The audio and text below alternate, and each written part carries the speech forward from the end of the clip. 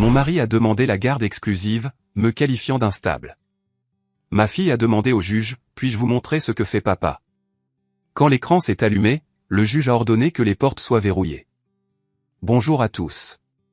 Merci de vous joindre à nous aujourd'hui pour ce merveilleux voyage. Je vous invite à préparer une tasse d'eau chaude, à vous installer dans votre endroit confortable préféré et à laisser les tensions de la journée se dissiper. Maintenant, embarquons ensemble dans notre histoire. Le jour où ma vie était censée s'arrêter, la salle d'audience sentait le vernis au citron et le vieux papier. Cette odeur spécifique me hantera à jamais. Mon mari, Preston, était assis de l'autre côté de l'allée dans son costume italien à 3000 €, regardant sa montre comme s'il attendait la fin d'une réunion ennuyeuse. Il ne me regardait pas. Il ne m'avait pas regardé, vraiment regardé, depuis des années. À côté de lui, son avocat empilait des papiers qui détaillaient exactement pourquoi, moi, Meredith, j'étais inapte, instable et indigne d'élever notre fille de 7 ans, Ruby. Le juge lisait le décret final. Chaque mot était comme une pierre posée sur ma poitrine. J'étais sur le point de perdre ma maison. J'étais sur le point de perdre ma dignité. Mais le pire de tout, j'étais sur le point de perdre la garde exclusive de la seule chose qui comptait pour moi dans ce monde. Je serrais le bord de la table si fort que mes jointures devinrent blanches, essayant de garder ma respiration stable, essayant de ne pas donner à Preston la satisfaction de me voir pleurer. Il avait gagné. Son argent, ses relations et ses mensonges cruels avaient gagné. Mais alors, les lourdes portes en chaîne au fond de la salle grincèrent en s'ouvrant. Un silence tomba sur l'assistance. Nous nous sommes tous retournés. Debout là, semblant plus petite que je ne l'avais jamais vue dans l'immensité de cette chambre juridique, se tenait ma fille Ruby. Elle n'était pas censée être là. Elle serrait son sac à dos contre sa poitrine, ses yeux grands ouverts et terrifiés. Mais elle n'a pas couru vers moi. Elle n'a pas couru vers son père. Elle a marché droit vers le banc du juge, ses petites baskets grinçant sur le sol en marbre, et dans sa main, elle tenait une tablette brisée et scotchée que je pensais cassée depuis des mois. Elle leva les yeux vers l'homme intimidant en robe noire et posa une question qui me glaça le cœur. « Votre honneur, puis-je vous montrer quelque chose ? Papa a dit que maman n'avait pas le droit de savoir, mais je pense que vous devriez le voir. » Le juge fit une pause. Preston se leva à moitié de son siège, la panique brillant dans ses yeux pour la première fois. Ce qui s'est passé ensuite n'a pas seulement changé le verdict, ça a tout changé. Mais avant de vous dire ce qu'il y avait sur cet écran, ce qui a poussé le juge à ordonner à l'huissier de verrouiller les portes, je dois vous raconter comment nous en sommes arrivés là. Je dois vous dire comment une femme qui pensait avoir le mariage parfait s'est retrouvée assise sur cette chaise, attendant d'être détruite. Avant de commencer ce voyage ensemble, veuillez prendre un moment pour aimer cette vidéo et commenter ci-dessous de quelle ville ou de quel état vous écoutez. Cela m'aide tellement de savoir que je suis connecté avec des amis de tout le pays. Merci pour votre gentillesse. Maintenant, revenons au matin où tout s'est effondré. Première partie. Le mur silencieux et l'épouse oubliée ***. Le matin où mon monde s'est effondré a commencé avec l'odeur du pain grillé brûlé et le silence écrasant qui était devenu la bande-son de ma vie. C'était un mardi de novembre, un de ces matins gris et vifs du Connecticut où le givre s'accroche aux fenêtres comme de la dentelle. J'étais debout depuis 5h30. C'était ma routine. Je me déplaçais dans notre grande et belle cuisine de banlieue comme un fantôme, faisant attention de ne pas faire cliqueter les casseroles ou de ne pas laisser les portes des placards claquer. En 15 ans de mariage, j'avais appris que Preston appréciait la paix par-dessus tout le matin. Il avait besoin que son environnement soit parfait, efficace et silencieux. Je n'étais pas seulement une épouse. J'étais la régisseuse de sa vie réussie. J'ai disposé ses vitamines à côté de son assiette. J'ai vérifié une dernière fois le col de sa chemise blanche pour m'assurer que l'amidon était impeccable, exactement comme il l'aimait. J'ai placé les pancakes à la farine d'amande, compatible avec le régime céto, sur la grille chauffante. Tout devait être parfait. C'était une habitude née de l'amour, me disais-je. Mais au fond de moi, je savais que c'était une habitude née de la peur. Pas la peur de la violence physique, mais la peur de sa désapprobation, la peur de ce regard méprisant qu'il me lancerait si le café était tiède ou si je lui posais une question pendant qu'il lisait les nouvelles sur son téléphone. À 6 heures précises, j'ai entendu ses pas dans l'escalier, lourds, rythmés, confiants. Preston marchait comme un homme qui possédait le sol sous ses pieds. Il est entré dans la cuisine, sentant l'après-rasage cher et le succès. Il n'a pas dit bonjour. Il est passé devant moi comme si je faisais partie des appareils électroménagers, a tiré sa chaise et s'est assis. Café, a-t-il dit sans lever les yeux de son téléphone. J'ai versé le café torréfié foncé et fumant dans sa tasse préférée et l'ai placé silencieusement à sa droite. Voilà, chérie, ai-je dit, ma voix semblant trop empressée, trop désespérée pour un semblant de connexion. Je me suis assuré d'utiliser les grains que tu as rapportés de la ville. Il a pris une gorgée, a légèrement grimacé et a reposé la tasse avec un peu trop de force. Il est amer, Meredith. Tu as encore moulu les grains trop finement. Ma poitrine s'est serrée. Je suis désolé. J'ai utilisé le réglage que tu m'as montré la semaine dernière. Eh bien, arrange ça pour demain, a-t-il marmonné, parcourant un email. J'ai une réunion du conseil d'administration à 10 heures.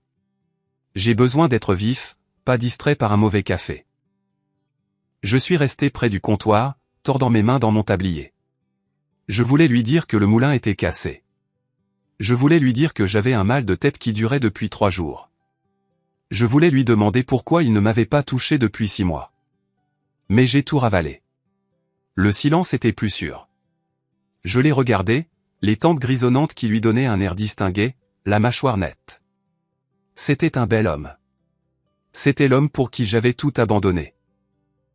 J'étais décoratrice d'intérieur. J'avais du talent. J'avais des clients. Mais quand nous nous sommes mariés, Preston m'a dit que sa femme n'avait pas besoin de travailler. Il voulait une partenaire qui pourrait gérer sa maison, élever ses enfants et organiser ses dîners. Il voulait un héritage, disait-il. Et moi, jeune et follement amoureuse, j'avais accepté. Je pensais que je construisais une vie. Je ne réalisais pas que je m'effaçais lentement. L'atmosphère lourde n'a changé que lorsque nous avons entendu le bruit de petits pieds courant dans le couloir. Papa. Maman. Ruby a fait irruption dans la cuisine, ses cheveux un désordre emmêlé de boucles matinales, son haut de pyjama mal boutonné. Elle était le soleil dans notre ciel gris. 7 ans, avec des yeux qui en voyaient trop et un cœur qui ressentait trop profondément. Le visage de Preston s'est transformé instantanément. Le masque froid et indifférent est tombé, remplacé par un sourire paternel radieux. Il a posé son téléphone. La voilà, a-t-il lancé, tendant les bras. Voilà ma petite Jenny. Viens ici, Rubidou. Ruby a gloussé et a grimpé sur ses genoux. Papa, tu vas encore au travail? Je dois y aller, ma chérie. Papa doit gagner de l'argent pour qu'on puisse garder cette grande maison et t'acheter tous les ensembles Lego que tu aimes. Tu veux le nouvel ensemble du rover martien, n'est-ce pas? Oui. A applaudi Ruby. Je l'ai regardé depuis l'évier, une boule douloureuse se formant dans ma gorge. Il était si chaleureux avec elle. Pourquoi ne pouvait-il pas m'accorder ne serait-ce qu'une once de cette chaleur? Étais-je si peu aimable? J'ai posé l'assiette d'œufs brouillés de Ruby sur la table. Mange, ma puce, ai-je dit doucement. Le bus arrive dans 20 minutes. Preston a regardé sa montre, une Rolex pour laquelle j'avais économisé pendant 2 ans pour son 40e anniversaire. Il a brusquement reposé Ruby. D'accord, la récréation est terminée. Je dois y aller. Il s'est levé, a attrapé sa mallette et a lissé sa veste. Il a embrassé Ruby sur le dessus de la tête. Sois sage. Écoute ta mère. Il l'a dit automatiquement, comme un script. Il s'est dirigé vers la porte du garage. Preston, ai-je appelé. Seras-tu à la maison pour le dîner? Je pensais faire ce rôti que tu aimes. Il ne s'est pas retourné. Il a ouvert la porte, l'air froid de novembre s'engouffrant. Ne m'attends pas. J'ai un dîner avec un client. Je serai en retard. Et puis il est parti. Pas de baiser d'adieu. Pas de « je t'aime ». Juste le bruit de la lourde porte se refermant et le rugissement du moteur de sa berline de luxe s'éloignant dans l'allée. Je suis resté là dans le silence, l'odeur de son après-rasage flottant dans l'air comme un fantôme. Je me sentais invisible. J'ai regardé Ruby, qui mangeait joyeusement ses œufs, inconsciente du fait que le cœur de sa mère se brisait un peu plus chaque jour. Je me suis dit que ce n'était qu'une phase. Les hommes sont stressés. Le travail est dur. Je devais juste faire plus d'efforts, être une meilleure épouse, être plus silencieuse, être plus parfaite. J'ai passé la matinée à nettoyer une maison qui était déjà impeccable. J'ai frotté les sols jusqu'à ce que mes genoux me fassent mal. J'ai réorganisé le garde-manger. J'essayais de faire disparaître l'anxiété qui me rongeait les entrailles. À midi, alors que je finissais une machine, la sonnette a retenti. C'était un coursier. Livraison pour Meredith Miller, a dit l'homme en me tendant une enveloppe épaisse et lourde. Mon cœur a raté un battement. Je n'attendais rien. J'ai signé, mes mains tremblant légèrement. L'adresse de l'expéditeur était un cabinet d'avocats de la ville. Vance & Associates. Je ne reconnaissais pas le nom. Je suis allé dans le salon et me suis assise sur le bord du canapé beige que Preston avait choisi. J'ai déchiré l'enveloppe. J'ai sorti une pile de documents juridiques rigides. Les mots en haut de la page se sont brouillés devant mes yeux, puis sont devenus terriblement nets. Pétition pour la dissolution du mariage. Pétitionnaire, Preston Miller. Intimé, Meredith Miller. Je ne pouvais plus respirer. La pièce a commencé à tourner. J'ai tourné la page, lisant frénétiquement. Il ne demandait pas seulement le divorce. Les accusations me frappaient comme des coups physiques. État émotionnel instable. Manquement à la contribution au ménage. Demande de garde physique et légale exclusive de l'enfant mineur, Ruby Miller. Demande de jouissance exclusive de la résidence conjugale. Il voulait tout. Il voulait la maison. Il voulait l'argent. Il voulait Ruby. Il me jetait comme un déchet. Non, ai-je murmuré, le son s'étranglant dans ma gorge. Non, ce n'est pas possible. Je me suis levé, les papiers s'éparpillant sur le sol. Je devais l'appeler. Il devait y avoir une erreur. C'était peut-être une farce. Mais au fond de moi, je savais. La froideur, les nuits tardives, les critiques. Tout cela menait à ça. Soudain, j'ai entendu un son qui m'a glacé le sang. Le bruit de pneus crissant sur l'allée de gravier. Le moteur s'est arrêté. Une portière de voiture a claqué. Preston était de retour. La porte d'entrée s'est ouverte avec un calme terrifiant.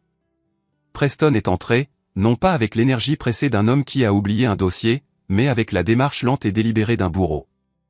Il n'a pas semblé surpris de me voir debout là, pâle et tremblante, entouré par les papiers juridiques éparpillés. En fait, il avait l'air soulagé. Il a fermé la porte derrière lui et l'a verrouillée. Le clic du pen dormant a résonné dans le grand hall comme un coup de feu. « Je vois que tu as reçu le courrier », a-t-il dit. Sa voix était dénuée de toute émotion. C'était désinvolte, comme s'il commentait la météo. Je l'ai regardé, mes mains tremblant le long de mon corps. Je ne trouvais pas ma voix. L'homme qui se tenait devant moi ressemblait à mon mari, portait les vêtements de mon mari, mais ses yeux étaient ceux d'un étranger, froid, plat et cruel. Preston, ai-je finalement réussi à dire, les larmes montant à mes yeux. Qu'est-ce que c'est? C'est une blague? Tu veux divorcer? Il est passé devant moi dans le salon, marchant sur les pages de la pétition comme si c'était des ordures. Il est allé au bar et s'est versé un verre de whisky, même s'il était à peine midi. Ce n'est pas une blague, Meredith. C'est une mission de sauvetage. Pour moi et pour Ruby. Sauvetage? Ai-je haleté, l'absurdité du mot me frappant. De quoi? J'ai consacré toute ma vie à toi. J'ai abandonné ma carrière. J'ai abandonné mes amis. Je prépare tes repas. Je lave tes vêtements. J'élève notre fille. Il s'est retourné, le verre cliquetant brusquement contre son alliance. Une alliance qui semblait soudain être un mensonge. Et regarde-toi, a-t-il ricané, sa lèvre se retroussant de dégoût. Regarde-toi, Meredith. Tu es pathétique. Tu es une femme de ménage glorifiée. Penses-tu vraiment qu'un homme comme moi, un homme qui conclut des contrats de plusieurs millions d'euros avant le déjeuner, veut rentrer à la maison pour ça? Il a fait un vague geste vers mon pull et mes leggings confortables, vers mon chignon désordonné, vers mon visage strié de larmes. Tu es dépassée. Tu es ennuyeuse. Tu n'as aucune ambition. Je n'ai aucune ambition parce que tu m'as demandé de rester à la maison. Ai-je crié, l'injustice me brûlant la poitrine. Tu m'as dit que tu voulais une femme traditionnelle. J'ai changé d'avis, a-t-il dit froidement, en prenant une gorgée de sa boisson. Les gens évoluent. J'ai évolué. Toi non. Tu as stagné. Et franchement, j'en ai marre de te traîner. Mais la garde exclusive. J'ai pointé un doigt tremblant vers les papiers sur le sol. Tu essaies de prendre Ruby. Tu ne peux pas faire ça. Je suis sa mère. C'est moi qui l'emmène à l'école, qui l'aide avec ses devoirs, qui la serre dans mes bras quand elle fait un cauchemar. Tu la vois à peine. Preston a ri. C'était un son sec et sans humour. C'est exactement pour ça que je dois la prendre. Tu la rends molle. Tu la rends faible, tout comme toi. Ruby a besoin d'un modèle qui comprend le succès. Elle a besoin d'une figure maternelle intelligente, sophistiquée et capable, pas d'une gouvernante. Qui ? Ai-je murmuré, un frisson me parcourant l'échine. Y a-t-il ? Y a-t-il quelqu'un d'autre ? Il n'a pas répondu immédiatement. Il a juste souri, un petit sourire cruel qui m'a dit tout ce que j'avais besoin de savoir. Ça ne te regarde pas, a-t-il dit. Mais disons simplement que Ruby mérite mieux. Et mon avocat, c'est le meilleur de l'État. Nous avons des preuves, Meredith. Nous avons des documents sur ton instabilité. Instabilité ? J'ai reculé, confuse. Je ne suis pas instable. Je suis parfaitement saine d'esprit. Vraiment ? Il a fait un pas vers moi, envahissant mon espace personnel, utilisant sa taille pour m'intimider. Tu pleures pour un rien. Tu oublies des choses. Tu deviens hystérique quand les choses ne vont pas comme tu veux. Tu te souviens la semaine dernière quand tu as crié sur Ruby dans le centre commercial ? Je n'ai pas crié sur elle, ai-je protesté, reculant jusqu'à heurter le mur. Elle courait vers l'escalator et son lacet était défait. J'avais peur qu'elle tombe. Je la protégeais. Tu vois, a dit Preston doucement, sa voix baissant à un murmure sinistre. Tu deviens hystérique en ce moment même. Exactement comme le dit le rapport. Quel rapport ? Tu verras au tribunal, a-t-il dit. Il a fini sa boisson et a posé le verre sur la cheminée. Voici comment ça va se passer. Tu vas signer ces papiers. Tu vas accepter les conditions. Tu auras une petite pension, assez pour louer un studio quelque part loin d'ici. Et tu me donneras Ruby. Je ne signerai jamais ça, ai-je craché, trouvant une soudaine vague de colère à travers ma peur. Je me battrai contre toi. Je dirai tout au juge. Le visage de Preston s'est durci. Le masque de civilité est tombé complètement. Il a attrapé mon bras, ses doigts s'enfonçant dans ma chair. Tu n'as pas d'argent, Meredith. Tu n'as pas de travail. Tu n'as aucune relation ? J'ai contrôlé les finances pendant 15 ans. Qui penses-tu que le juge va croire ? Le directeur financier a succès avec un casier judiciaire vierge ou la femme au foyer émotive et sans emploi avec 0 actif ? Il s'est penché, son haleine sentant le whisky et la menthe. Si tu te bats contre moi, je te détruirai. Je m'assurerai que tu finisses à la rue. Je te dépeindrai comme si folle que tu auras de la chance si tu obtiens des visites supervisées 1 fois par an. Ne me teste pas. Il m'a repoussé. J'ai trébuché et suis tombé sur le tapis, atterrissant au milieu des documents juridiques. Je vais faire une valise, a-t-il dit en redressant sa cravate. Je resterai à l'hôtel quelques jours jusqu'à ce que mon avocat obtienne l'ordre d'expulsion pour toi.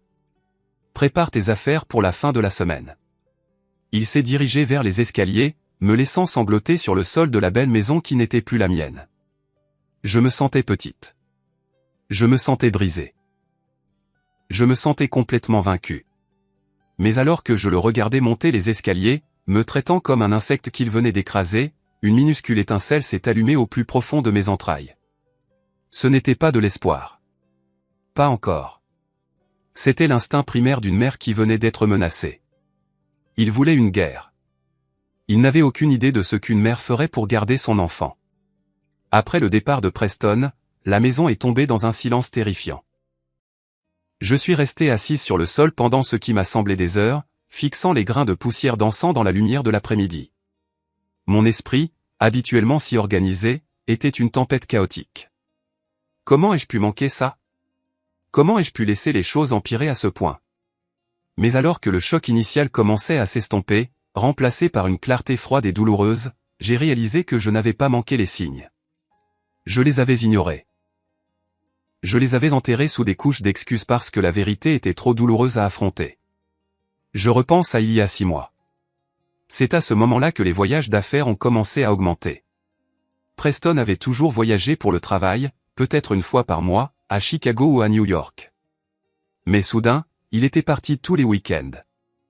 Réunion d'urgence avec des clients, disait-il. Négociation de fusion. Il rentrait à la maison sentant le savon d'hôtel cher et un parfum boisé distinct qui n'était certainement pas le mien. Quand je lui posais la question, il levait les yeux au ciel. Ce sont les diffuseurs de parfums au Ritz, Meredith. Ne sois pas paranoïaque. Ce n'est pas convenable. Alors, j'ai arrêté de demander. Je me suis dit que j'étais folle. Puis il y a eu les sautes d'humeur. Il est devenu critique de tout. La façon dont je m'habillais, ringarde, la façon dont je riais, trop fort.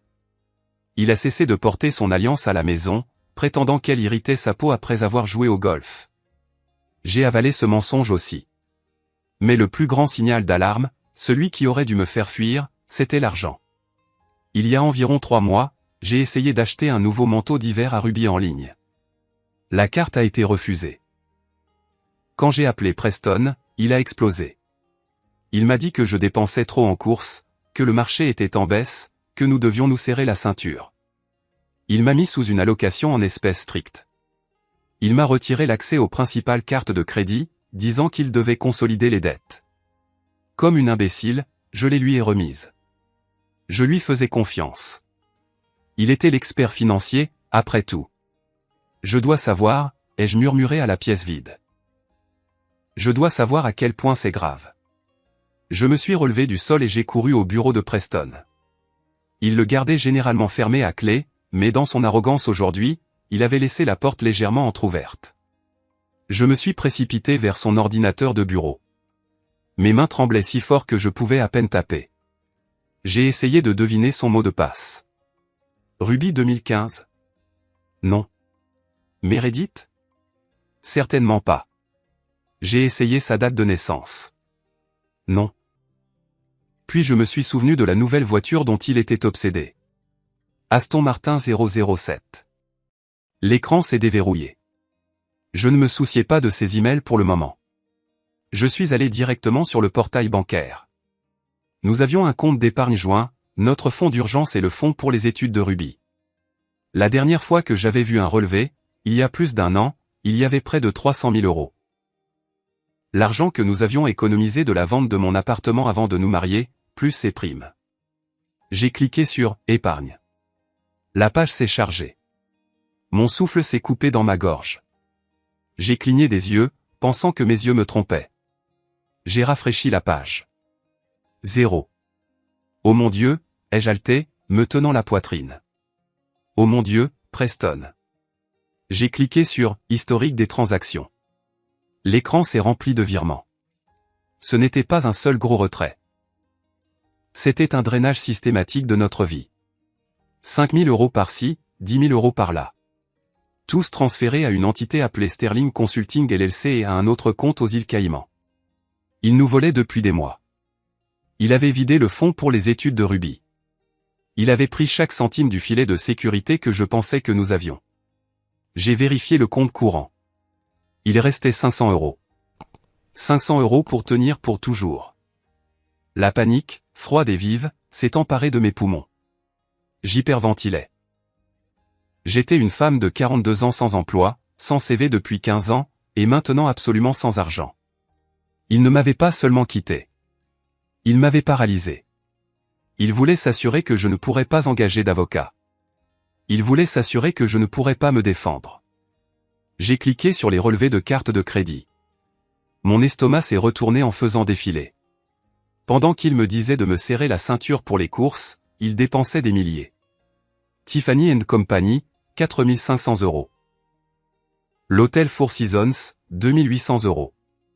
Saks Fifth Avenue, 1 200 €, sac à main pour femme. Je n'avais reçu aucun bijou. Je n'avais pas séjourné au Four Seasons, et je n'avais certainement pas eu de nouveau sac à main.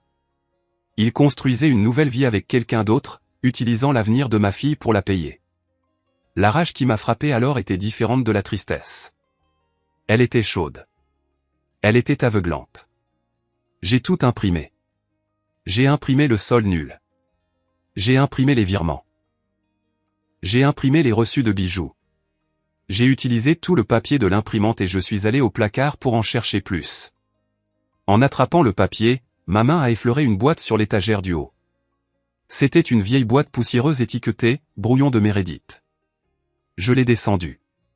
À l'intérieur se trouvaient mes vieux carnets de croquis, mon compas de dessin, mes stylos d'architecte coûteux, les outils du métier que j'avais abandonnés. J'ai touché le métal froid du compas. Je me suis souvenu de qui j'étais. Je dirigeais des chantiers de construction. Je négociais avec des entrepreneurs.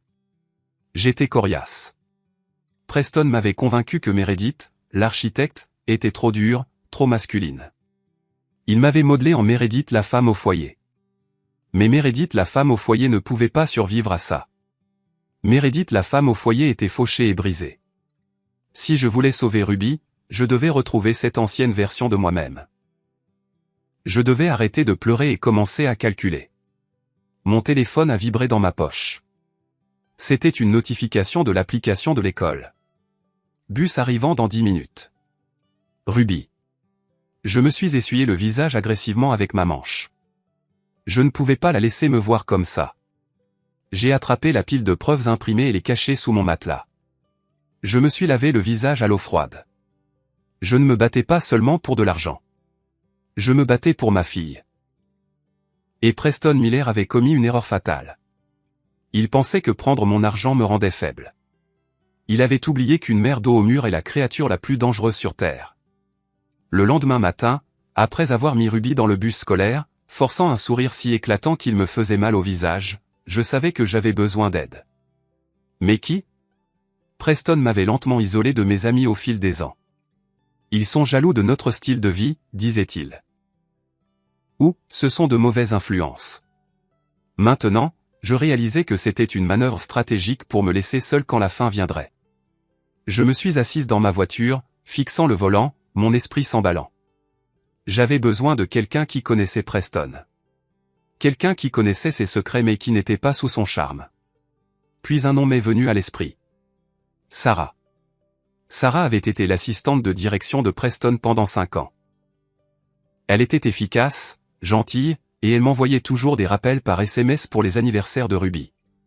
Mais il y a 6 mois, elle a été brusquement licenciée. Preston m'a dit qu'elle volait des fournitures de bureau, mais ça n'a jamais semblé juste. Sarah était le genre de femme qui rapportait un stylo si elle l'emportait accidentellement chez elle. J'ai trouvé son numéro dans mes anciens contacts. Mon pouce a survolé le bouton d'appel. Me parlerait-elle seulement ? J'étais la femme de l'homme qui l'avait licenciée. J'ai composé le numéro. Ça a sonné 4 fois. Allô ? Sa voix était méfiante. Sarah, c'est Meredith Miller. Silence. Puis un lourd soupir. Madame Miller. Je me demandais quand vous appelleriez. Mon cœur a bondi. Vous le saviez ? J'ai entendu parler de la requête. Les nouvelles vont vite dans le cabinet, même pour nous, les anciens employés. Sarah, j'ai besoin de vous parler. S'il vous plaît, je ne sais pas vers qui d'autre me tourner. Nous nous sommes rencontrés 1 heure plus tard dans un restaurant miteux en périphérie de la ville, un endroit où Preston ne se ferait jamais prendre mort. Sarah avait l'air fatiguée. Elle remuait nerveusement son café quand je me suis glissé dans la banquette en face d'elle. Je n'ai pas beaucoup d'argent, Sarah, ai-je commencé, étant honnête. Je ne peux pas vous payer pour des informations. Mais il essaie de prendre Ruby. Il a tout pris. Sarah a levé les yeux, son regard s'adoucissant. C'est un monstre, Meredith. J'ai essayé de vous prévenir, mais je n'ai pas pu passer ces gardes du corps. Pourquoi avez-vous vraiment été licencié ? Ai-je demandé. Sarah a regardé autour d'elle pour s'assurer que personne n'écoutait. Je n'ai pas été licencié pour avoir volé des fournitures. J'ai été licencié parce que j'ai vu les emails. J'ai vu les itinéraires de voyage pour lui et pour elle. Elle ? Je me suis penché. Qui est-elle, Sarah ? S'il vous plaît. Sarah a hésité, la peur vacillant dans ses yeux. Il m'a fait signer un accord de non-divulgation. Si je parle, Il pourrait me poursuivre pour tout ce que j'ai. Il me poursuit déjà pour tout ce que j'ai. J'ai tendu la main sur la table et j'ai saisi la sienne. Il a vidé le fonds pour les études de Ruby. Il nous a laissés avec 0. S'il vous plaît, Sarah. Je me noie. Sarah s'est mordu la lèvre. Elle a regardé mon visage désespéré, puis son café. Sterling, a-t-elle murmuré. Cherchez Sterling Consulting. J'ai vu ce nom sur les virements bancaires, ai-je dit. C'est une entreprise. C'est une société écran, a dit Sarah rapidement, en gardant la voix basse. Mais elle porte son nom. Bianca Sterling. Bianca Sterling. Le nom ne me disait rien. C'est une psychologue, a révélé Sarah, lâchant une bombe. Elle a été engagée comme consultante d'entreprise pour le cabinet l'année dernière. Bien-être en entreprise, coaching en leadership, ce genre de choses. Preston est tombé amoureux d'elle. Ou plutôt, elle a planté ses griffes en lui. Une psychologue? Je me suis senti mal. Il me quitte pour une psychologue. C'est pire que ça, Meredith. Sarah s'est penchée plus près. Elle n'est pas seulement sa maîtresse. Elle est sa stratège. Je les ai entendus dans son bureau une fois. Elle lui disait exactement comment vous gérer. Elle lui a dit de couper vos fonds lentement pour que vous ne remarquiez rien jusqu'à ce qu'il soit trop tard. Elle lui a dit de commencer à documenter vos crises de colère. C'est elle qui a orchestré tout ce plan de divorce. Je me suis rassise, le souffle coupé. Ce n'était pas juste une liaison de crise de la quarantaine. C'était un démantèlement psychologique calculé de ma vie, conçu par une professionnelle. Pourquoi? Ai-je murmuré. Pourquoi aller si loin? Pourquoi ne pas simplement partir? À cause du contrat de mariage, a dit Sarah. Ou plutôt, de l'absence de contrat. Vous êtes mariés depuis 15 ans. Dans cet état, vous avez droit à la moitié de tout. Le patrimoine de Preston vaut des millions. Il est trop avare pour vous donner la moitié. Alors, ils ont élaboré un plan pour vous faire passer pour inapte, pour faire de vous la méchante, afin que le juge lui accorde tout. Les larmes me sont montées aux yeux. C'était si diabolique. C'était si minutieux. Sait-il que vous savez ça, ai-je demandé. Il le soupçonne. C'est pour ça qu'il m'a licencié. Il a menacé de me mettre sur liste noire de tous les cabinets de la ville si j'ouvrais la bouche. Sarah m'a serré la main en retour. Je ne peux pas témoigner, Meredith. Je ne peux pas affronter ces avocats. Ils me briseront, mais je peux vous mettre sur la bonne voie. Vérifiez les dates des virements. Croisez-les avec ses voyages d'affaires en Suisse. Il cache des actifs à l'étranger. Et soyez prudente. Bianca est intelligente. Elle sait comment manipuler les gens. Elle le manipule et il vous manipule. J'ai quitté le restaurant en tremblant, mais cette fois, ce n'était pas de peur. C'était d'adrénaline. J'avais un nom, Bianca Sterling. Et je connaissais leur jeu.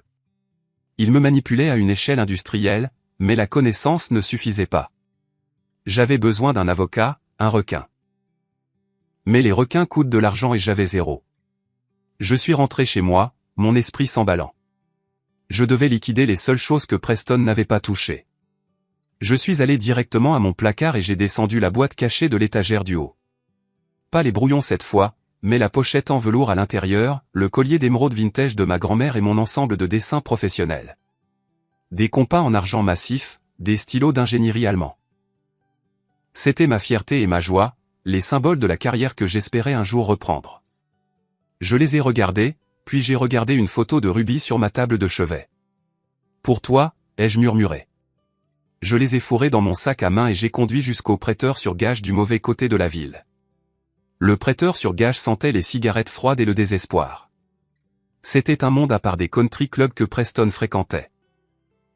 Je me tenais au comptoir, me sentant exposé, serrant le collier d'émeraude de ma grand-mère et mon ensemble de dessins professionnels. Le prêteur, un homme avec des lunettes épaisses et des doigts encore plus épais, a examiné le collier avec une loupe. Il est vintage, ai-je dit, ma voix vacillant. Art déco. Ma grand-mère me l'a laissé. Il était assuré pour 10 000 €. La valeur d'assurance n'est pas la valeur marchande, madame, a-t-il grogné. Il a laissé tomber le collier sur la balance. Et les outils de dessin? Qui utilise ça de nos jours? Tout le monde utilise des ordinateurs. Ce sont des stylos à encre de Chine allemands anciens en argent massif. S'il vous plaît. Il m'a regardé, remarquant mon manteau de marque un peu démodé, mes yeux affolés. Il savait que je n'avais pas d'autres options. 3000 pour le tout, a-t-il dit. 3000. Ce collier seul vaut. À prendre ou à laisser. J'ai ravalé ma fierté. 3000 €. C'était à peine assez pour une avance, encore moins pour une bataille juridique, mais c'était 3000 € de plus que ce que j'avais ce matin. Je le prends, ai-je murmuré. Je suis sorti avec une liasse de billets dans mon sac, me sentant à la fois plus légère et plus lourde. Je venais de vendre mon passé pour sauver mon avenir. Je ne suis pas allé au gratte-ciel de verre et d'acier du centre-ville. Je connaissais ces cabinets. Ils facturaient 500 € de leur juste pour répondre au téléphone. Au lieu de cela, j'ai conduit vers un quartier de la ville où les bâtiments étaient en briques et les enseignes peintes à la main. Sarah m'avait donné un nom avant de quitter le restaurant. Elias Henderson. Il est de la vieille école, avait-elle dit. Il déteste les tyrans. Le bureau de Monsieur Henderson était au-dessus d'un pressing. Les escaliers grinçaient. La salle d'attente avait des magazines de 2018. Mais quand je suis entré dans son bureau, j'ai vu des piles de dossiers partout, non pas en désordre, mais habités. Monsieur Henderson était un homme de 70 ans, portant un cardigan qui avait connu des jours meilleurs. Il avait des cheveux blancs en bataille et des yeux qui semblaient pouvoir couper du verre. Madame Miller, a-t-il dit d'une voix rauque, en me montrant une chaise dont la coudoir était réparée avec du ruban adhésif. Votre mari est Preston Miller, le type des fonds spéculatifs. Oui, ai-je dit en m'asseyant. Comment le saviez-vous?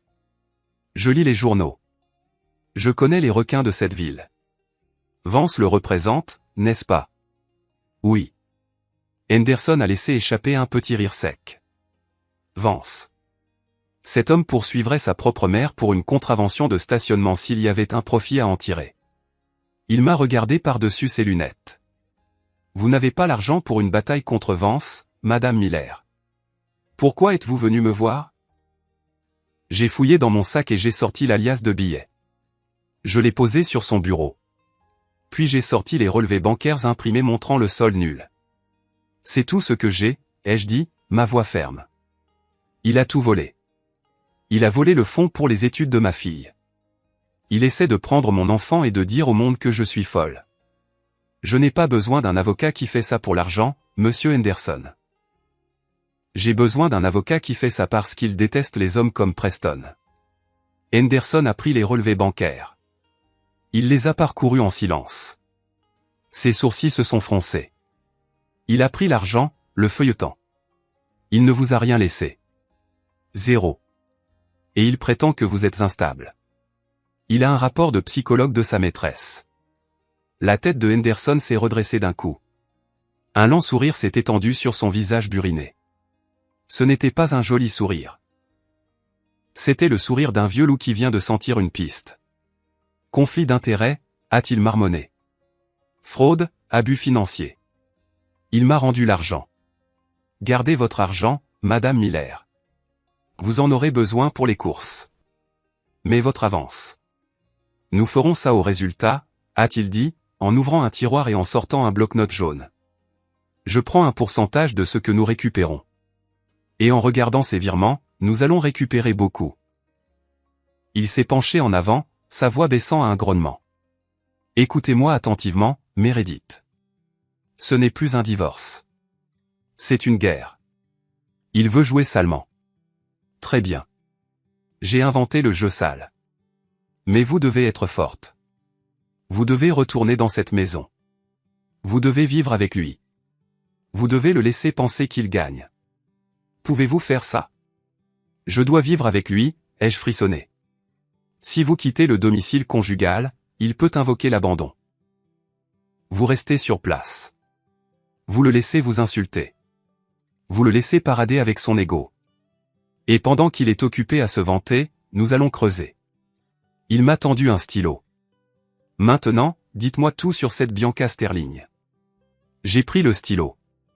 Pour la première fois depuis des semaines, je ne me sentais pas comme une victime. Je me sentais comme une cliente. Je me sentais comme un soldat se présentant au rapport. C'est une psychologue d'entreprise, ai-je dit. Et elle sent le bois de santal et la tromperie. Vivre dans la même maison que Preston après le dépôt de la requête était comme vivre dans un champ de mine. L'air était épais de tension. Chaque pièce ressemblait à un champ de bataille. Suivant les conseils de Monsieur Henderson, j'ai déménagé dans la chambre d'amis au bout du couloir. J'ai mis un verrou à la porte. Preston, arrogant dans sa victoire présumée, ne m'a pas mise à la porte. Il me voulait là. Il voulait un public pour son triomphe. Il semblait tirer un plaisir malsain de me voir me démener pour l'argent des courses pendant qu'il étalait sa richesse. Mais le pire n'était pas sa cruauté envers moi. C'était la façon dont il utilisait Ruby. 2 jours après avoir vu Monsieur Henderson, j'étais dans la cuisine en train de préparer un simple dîner de pâtes. Les pâtes étaient bon marché. Preston est entré en portant une énorme boîte emballée dans du papier cadeau. « Ruby » a-t-il appelé, sa voix retentissant d'une fausse gaieté. Papa est à la maison. Ruby a couru dans la cuisine. Papa. Il a posé la boîte sur la table, juste au-dessus des 7 que j'avais mis. Ouvre, princesse. Ruby a déchiré le papier. C'était l'ensemble robotique Lego de la mission Mars. Celui qui coûtait près de 400 €. Celui qu'elle avait supplié d'avoir, mais je lui avais dit que nous devions économiser pour Noël. Waouh! Les yeux de Ruby s'écarquillèrent. Le grand. Merci, papa. Preston l'a serré dans ses bras, me regardant directement par-dessus son épaule. Ses yeux étaient froids, morts. Tu vois, Ruby, a-t-il dit assez fort pour que je l'entende. Papa peut t'acheter tout ce que tu veux. Maman ne peut pas t'acheter ça, n'est-ce pas? Maman n'a pas de travail. Ma prise sur la cuillère en bois s'est resserrée jusqu'à ce que mes doigts me fassent mal. Je voulais crier. Je voulais lui jeter l'eau bouillante. Mais j'ai entendu la voix de Henderson dans ma tête. Laisse-le penser qu'il gagne. C'est très généreux de la part de papa, ai-je dit, forçant un sourire qui ressemblait à du verre brisé. Pourquoi ne l'emmènes-tu pas dans le salon, ma puce? Attends, a dit Preston. Je t'ai aussi acheté autre chose. Il a sorti une boîte blanche élégante de sa mallette. Un iPad Pro. Le dernier modèle. L'ancienne tablette que tu as est une poubelle, a dit Preston. Jette-la. Celui-ci a un meilleur appareil photo, des jeux plus rapides, tout. Et j'ai configuré un compte spécial juste pour toi. Ruby a halté. Un nouvel iPad, vraiment? Vraiment. Parce que quand tu viendras vivre avec moi dans le nouvel appartement, nous n'aurons que les meilleures choses. Pas de jouets cassés, pas de règles ennuyeuses. Ruby l'a regardé, puis moi. Elle a senti la tension. Les enfants le sentent toujours. Elle a pris l'iPad lentement. Merci, papa. Va l'installer, l'a-t-il exhorté. Ruby a couru dans le salon avec ses trésors. Preston s'est tourné vers moi, son sourire disparaissant instantanément. Ne t'embête pas à mettre une assiette pour moi, a-t-il ricané. Je mange dehors. La nourriture ici est pathétique ces derniers temps. Tu vas à une réunion d'affaires, ai-je demandé, gardant ma voix neutre. Ou à une séance de thérapie? Ses yeux se sont rétrécis. Fais attention, Meredith. Tu es sur la corde raide. Il a attrapé ses clés et est parti. Je suis restée dans la cuisine, tremblante. Il achetait sa loyauté. Il éblouissait une enfant de 7 ans avec le consumérisme pour effacer sa mère. Plus tard dans la nuit, je suis allé voir Ruby. La maison était silencieuse. J'ai ouvert doucement la porte de sa chambre. La lueur de la veilleuse illuminait son lit. Je m'attendais à la voir jouer avec le nouvel iPad, mais ce n'était pas le cas. La nouvelle boîte brillante était posée sur son bureau, non ouverte. Ruby était blottie sous sa couette, profondément endormie. Mais une de ses mains était glissée sous son oreiller. Je me suis approché sur la pointe des pieds. J'ai soulevé doucement le coin de l'oreiller. Mon cœur s'est brisé. Elle serrait sa vieille tablette cabossée. L'écran était fissuré en toile d'araignée depuis qu'elle l'avait fait tomber l'été dernier. L'étui s'écaillait. Pourquoi s'accrochait-elle à ce déchet alors qu'elle avait un appareil flambant neuf à 2000 € sur son bureau? Était-ce pour le confort? La familiarité? J'ai tendu la main pour le déplacer doucement, pour qu'elle ne dorme pas sur le verdure. Ruby a bougé. Sa main s'est instantanément refermée sur l'ancienne tablette, l'attirant plus profondément sous les couvertures. Non, a-t-elle marmonné dans son sommeil. À moi. J'ai retiré ma main. C'est bon, bébé. C'est maman. Rendors-toi. Elle s'est calmée, mais sa prise ne s'est pas desserrée. Je l'ai embrassée sur le front et j'ai quitté la pièce, confuse. Ruby adorait les nouveaux gadgets. Pourquoi rejetait-elle le nouvel iPad? J'ai mis ça sur le compte du stress du divorce. Peut-être qu'elle sentait qu'accepter le nouveau cadeau, c'était me trahir. Cette pensée m'a donné envie de pleurer. J'entraînais ma fille dans une guerre qu'elle ne comprenait pas. Mais j'avais tort. Ruby comprenait bien plus que je ne le pensais. Et cette vieille tablette cassée n'était pas seulement un jouet. C'était une arme. Je ne le savais tout simplement pas encore. Le vendredi suivant, M. Henderson m'a appelé avec des instructions urgentes. J'ai besoin que vous soyez hors de la maison pendant quelques heures ce soir, a-t-il dit. J'ai un détective privé qui surveille la propriété. Nous soupçonnons que Preston l'amène là-bas quand il pense que vous êtes parti. Vous voulez que je les laisse seuls dans ma maison? Je me suis sentie nauséeuse. Nous avons besoin d'une preuve d'adultère au domicile conjugal. Cela invalide certaines clauses du contrat de mariage qu'il essaie de faire appliquer. Allez au cinéma. Faites une longue promenade en voiture. Soyez simplement partis de 19h à 22h. Et Ruby? Il pense que Ruby est à une soirée pyjama, n'est-ce pas? Vous m'avez dit qu'elle allait chez ses cousins. Oui, ai-je dit. Je l'ai déposée il y a 1 heure. Bien. Alors allez-y. J'ai fait ce qu'on m'a dit.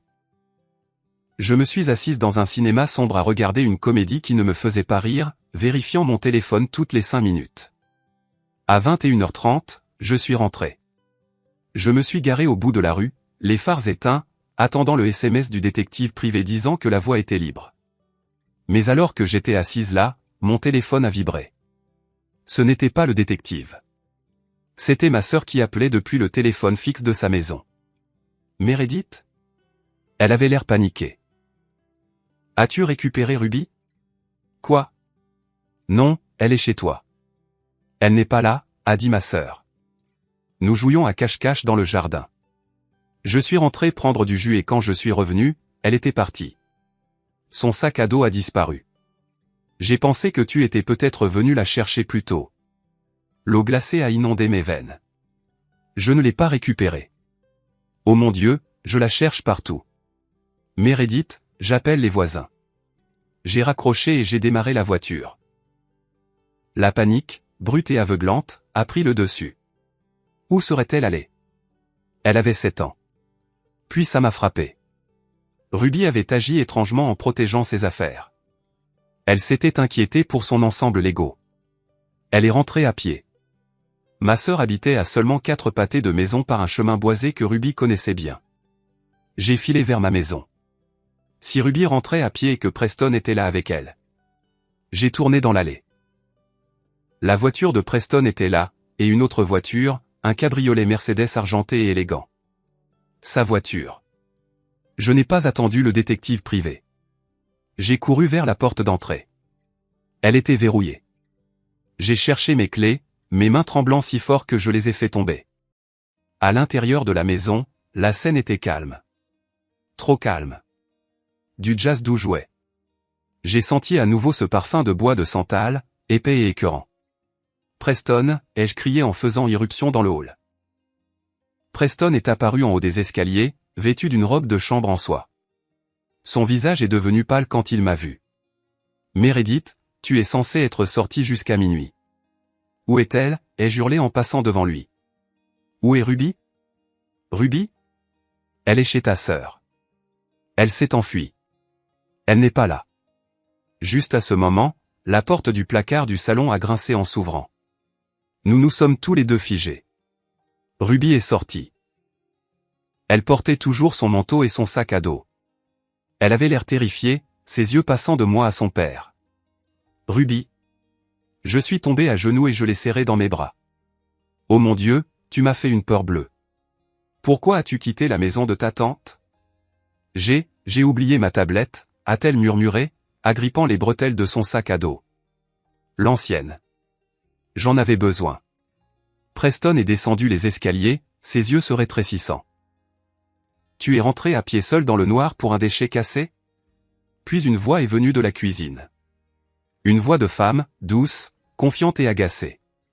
Preston, chérie, la femme est rentrée plus tôt? Nous n'avons pas fini notre vin. Bianca Sterling est entrée dans le couloir. J'ai levé les yeux. C'était la première fois que je la voyais en chair et en os. Elle était magnifique, grande, blonde, portant une robe en cachemire qui coûtait probablement plus cher que ma voiture. Mais ses yeux étaient froids. Le calcul vacillait en eux alors qu'elle me regardait, puis Ruby. Alors, c'est l'enfant, a dit Bianca, regardant Ruby comme si elle était un spécimen dans un bocal. Elle a l'air débraillée. Sors d'ici, ai-je grondé en me levant et en protégeant Ruby avec mon corps. Sors de ma maison. Preston s'est interposé entre nous. C'est ma maison, Meredith. Bianca est mon invitée. Et toi? Il a regardé Ruby.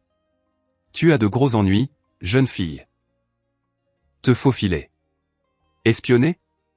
Je n'espionnais pas, a pleuré Ruby, sa voix se faisant plus petite. Je voulais juste ma tablette. Va dans ta chambre, a ordonné Preston. Maintenant. Ruby a monté les escaliers en courant, sanglotant. Je me suis tourné vers Preston et Bianca. Je tremblais de rage. Tu l'as amenée ici pendant que tu pensais que notre fille était absente. Vous êtes dégoûtant. Bianca a ri doucement. Elle s'est approchée de moi, envahissant mon espace. Elle sentait le luxe et le poison. Ne sois pas dramatique, Meredith, a-t-elle dit. Sa voix était celle des cauchemars. J'inspecte juste ma future maison. Elle a besoin de beaucoup de travaux. Le décor est tellement 2010. Elle a souri narquoisement et s'est tournée vers Preston. Appelle-moi quand tu auras géré le personnel, chérie. Elle est sortie par la porte d'entrée. J'ai regardé Preston. Il n'avait pas l'air honteux. Il avait l'air agacé que sa soirée soit gâchée. Tu vas la perdre, Preston, ai-je murmuré. Tu vas perdre Ruby. Je ne perds rien, a-t-il sifflé. Mais toi, tu viens de prouver que tu ne peux même pas surveiller ton enfant pendant une soirée. Négligence. Ajoute ça au dossier. Il est monté en trombe. Je me suis effondré sur les escaliers, enfouissant mon visage dans mes mains. Il déformait tout. Même le fait que Ruby se soit enfuie parce que sa maison lui manquait était transformé en ma négligence. Je ne savais pas alors que Ruby n'était pas seulement revenue pour la tablette. Et elle ne s'était pas seulement cachée dans le placard. Elle était là depuis 10 minutes avant notre arrivée. Assez longtemps pour voir des choses. Assez longtemps pour entendre des choses. La semaine avant le procès, Monsieur Henderson m'a appelé à son bureau. L'air dans la pièce était lourd. Il avait un document épais sur son bureau. Il est là, a-t-il dit sombrement. L'évaluation psychologique. Mon estomac s'est noué. Mais je n'ai jamais rencontré de psychologue. Comment peut-il y avoir une évaluation? C'est ce que j'ai dit. Mais le docteur Sterling est créative. Il a fait glisser le rapport sur le bureau. La page de garde indiquait « Évaluation psychologique de la compétence, Meredith Miller ». Préparé par le docteur Bianca Sterling, PhD, psychologue clinicienne agréée. Je l'ai ouvert. Mes mains tremblaient en lisant le premier paragraphe. Le sujet présente des symptômes classiques du trouble de la personnalité borderline caractérisé par une instabilité émotionnelle sévère, un comportement erratique et une incapacité à prioriser la sécurité de l'enfant. C'est un mensonge, ai-je murmuré. Borderline?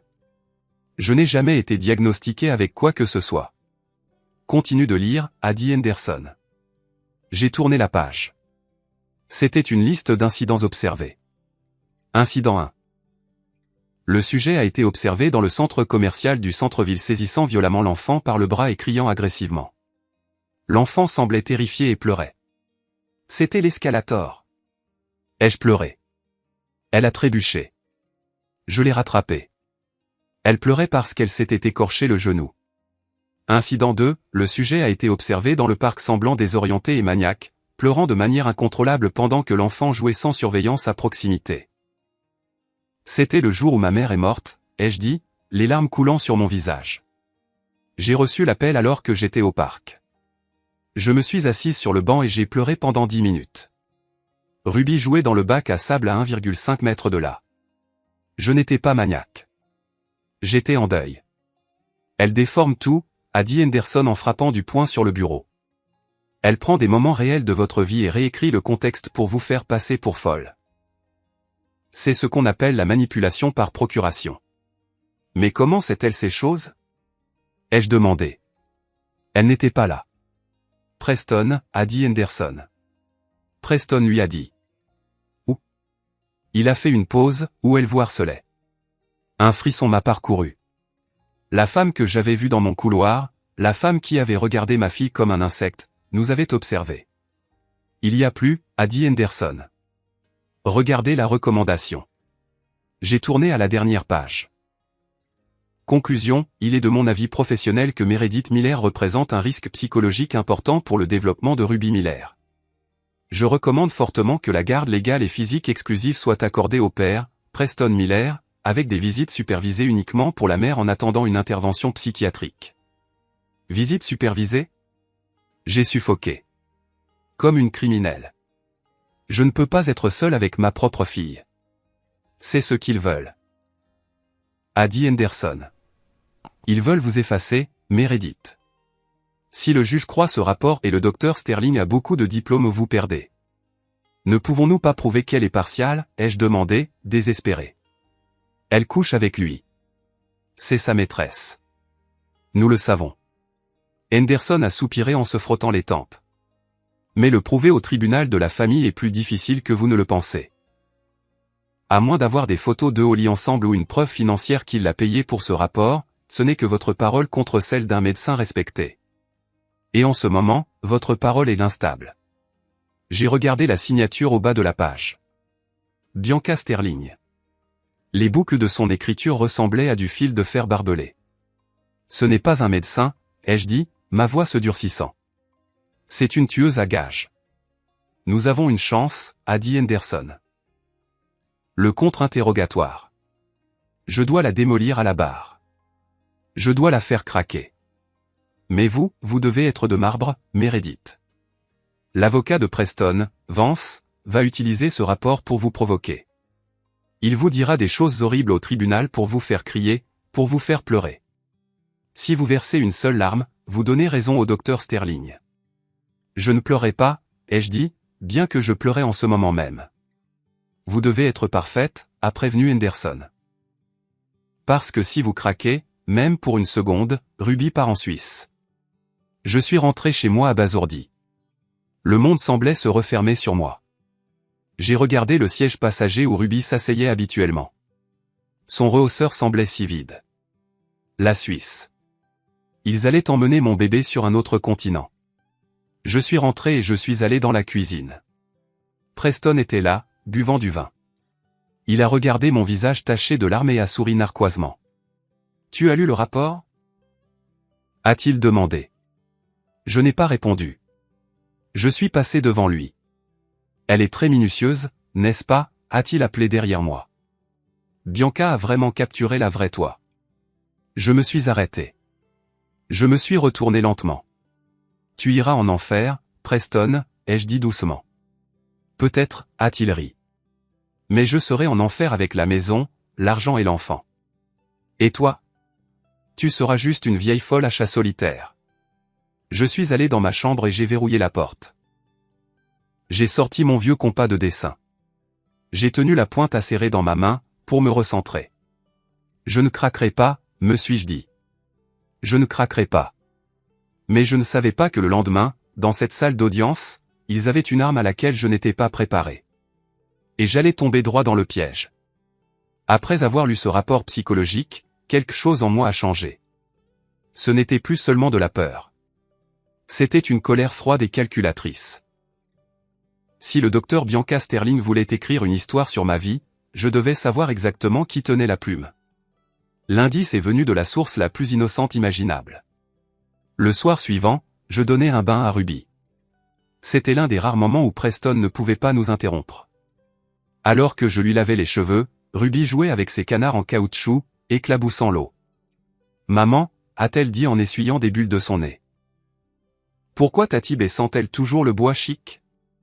Mes mains se sont figées dans ses cheveux. Tatibé? Oui, la dame à qui papa parle. Même quand elle n'est pas là, papa sent comme elle. Ça sent comme le magasin de bougies au centre commercial, mais en plus fort. Santal 33, bois de santal et cèdre. C'était le parfum sur les chemises de Preston. C'était le parfum qui flottait dans mon couloir la nuit où Ruby s'est enfuie.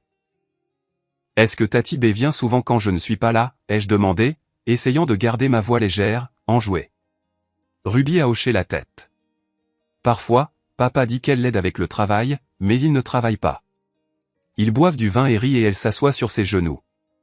Une vague de nausée m'a frappé. Il l'amenait dans notre maison, dans le sanctuaire que j'avais construit pendant 15 ans. Cette nuit-là, après avoir mis Ruby au lit, je suis allé dans ma chambre et j'ai ouvert mon ordinateur portable.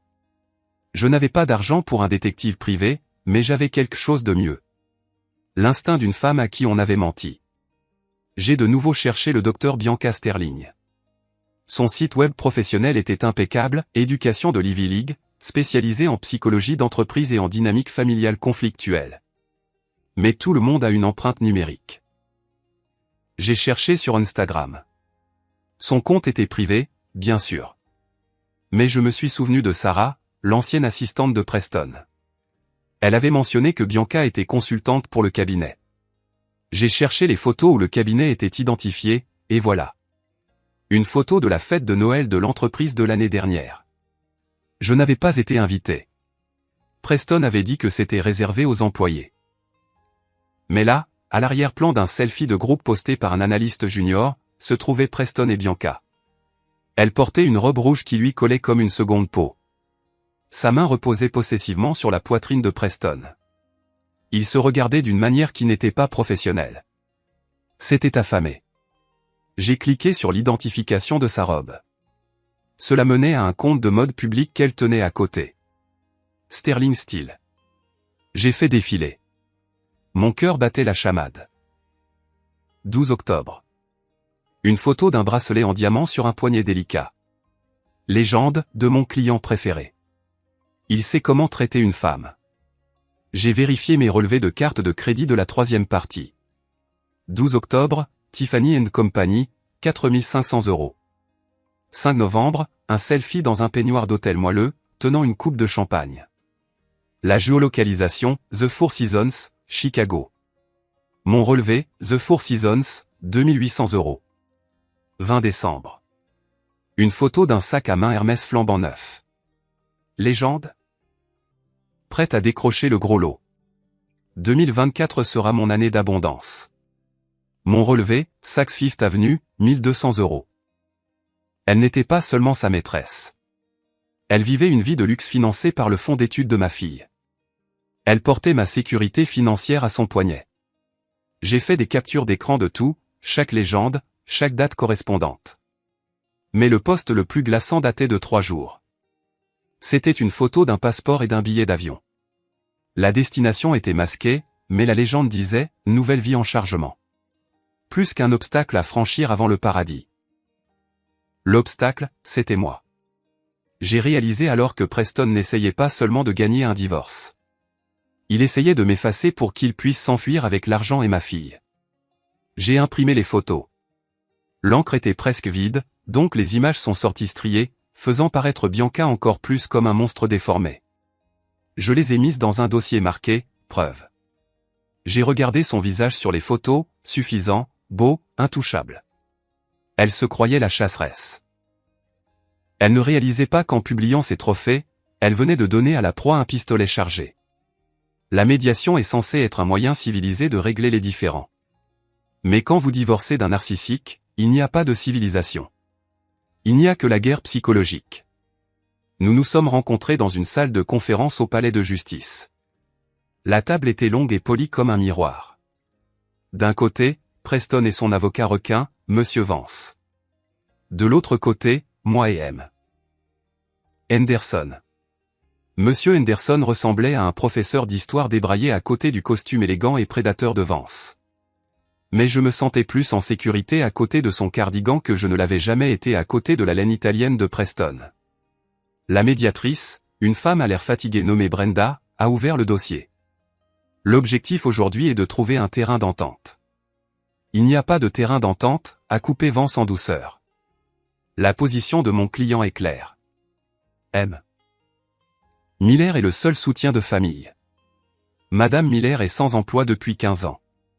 De plus, compte tenu de l'instabilité récente de Madame Miller, nous pensons que la garde exclusive est la seule option sûre pour l'enfant.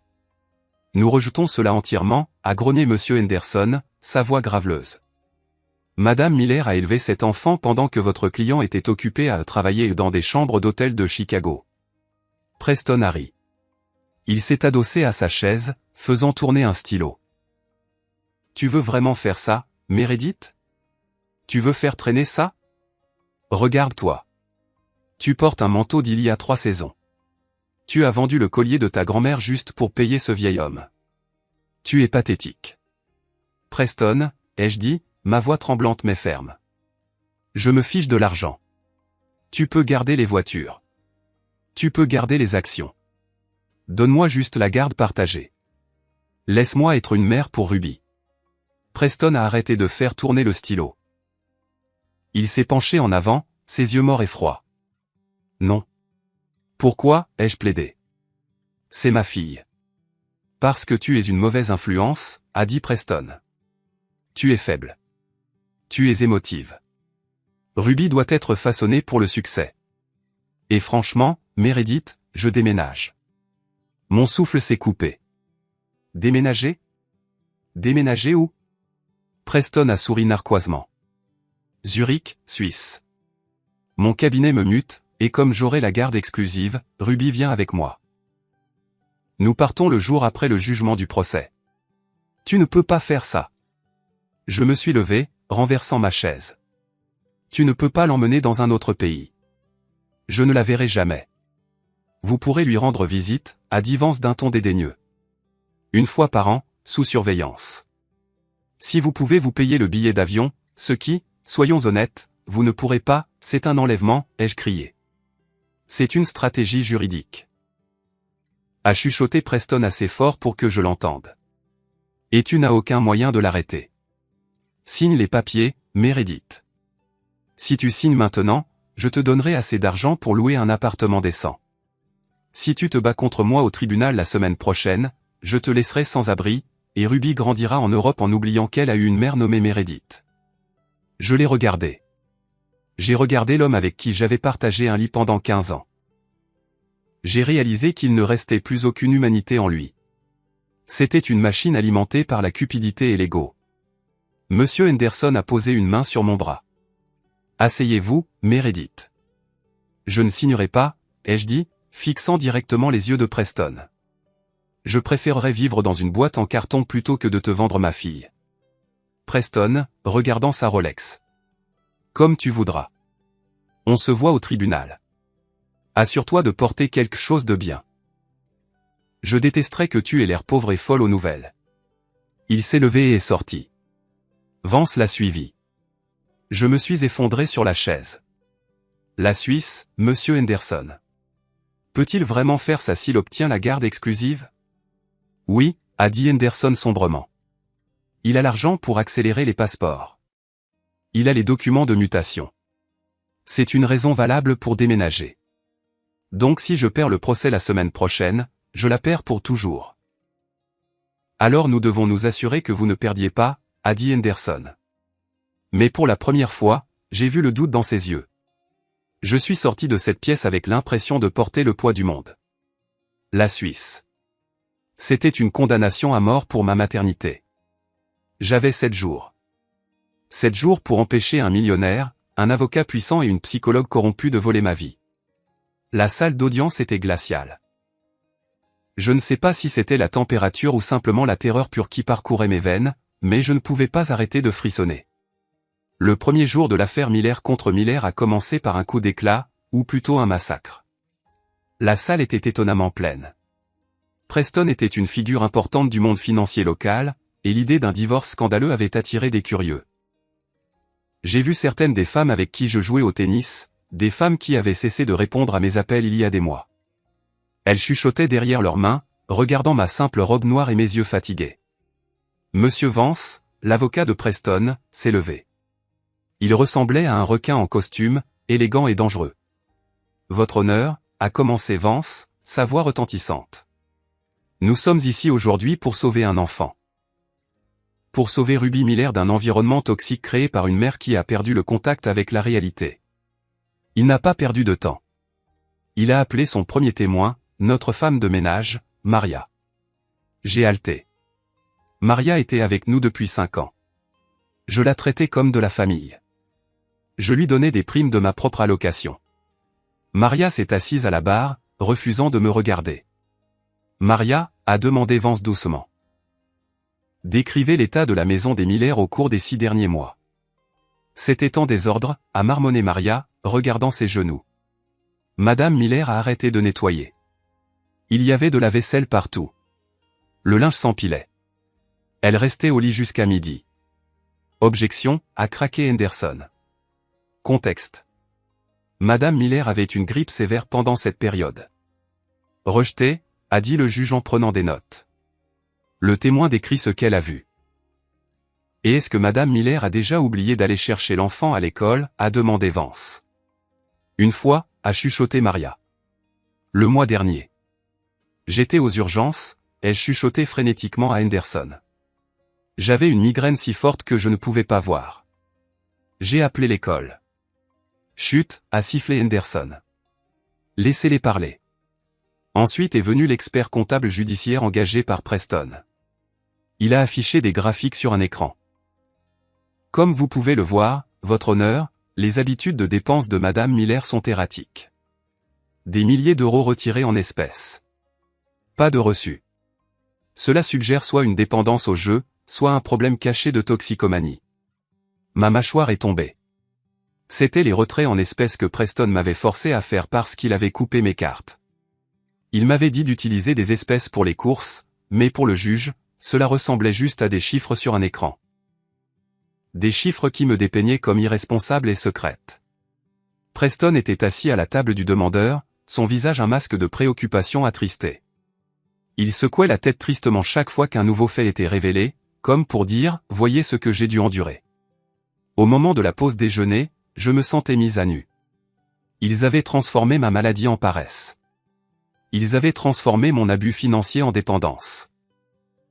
Je me suis assise sur un banc dans le couloir, mangeant un sandwich rassis que Monsieur Henderson m'avait apporté. Ils sont en train de gagner, ai-je dit, ma voix creuse. Le juge me déteste. Avez-vous vu comment il m'a regardé quand ils ont montré les photos de la cuisine sale? C'est un spectacle, Meredith, a dit Henderson, bien qu'il ait l'air inquiet. Il jette de la boue. Notre tour viendra lors du contre-interrogatoire. Nous devons attendre le gros calibre. Le gros calibre? Dr Sterling, a dit Henderson. Elle est prévue pour demain matin. Elle est la clé de voûte. Si son témoignage tient, le juge accorde la garde à Preston. Si nous pouvons la discréditer, tout le château de cartes s'effondre. Mais comment, ai-je demandé. Sarah ne témoignera pas. Nous n'avons que des captures d'écran d'Instagram. Le juge pourrait même ne pas les admettre. J'y travaille, a dit Henderson, mais il ne semblait pas confiant. Alors que nous retournions dans la salle d'audience, j'ai vu Preston debout près de la fontaine à eau. Il parlait à Vance, riant, un vrai rire du ventre. Il m'a vu et m'a fait un clin d'œil. Ce n'était pas un clin d'œil de flirt. C'était le clin d'œil d'un chasseur qui a le cerf en ligne de mire et attend juste d'appuyer sur la détente. Je suis retourné à ma place, mes jambes semblant être de plomb. J'ai regardé la barre des témoins vide. Demain, la femme qui couchait avec mon mari allait s'asseoir là et dire au monde que j'étais folle. Et la vérité terrifiante était qu'après aujourd'hui, je commençais à me sentir comme si peut-être ils avaient raison. Peut-être que j'étais folle de penser que je pouvais gagner. Le lendemain matin, les lourdes portes en bois se sont ouvertes et elle est entrée. Un silence est tombé sur la pièce. Ce n'était pas seulement parce qu'elle était le témoin expert. C'était parce qu'elle commandait l'attention. Le docteur Bianca Sterling était radieuse.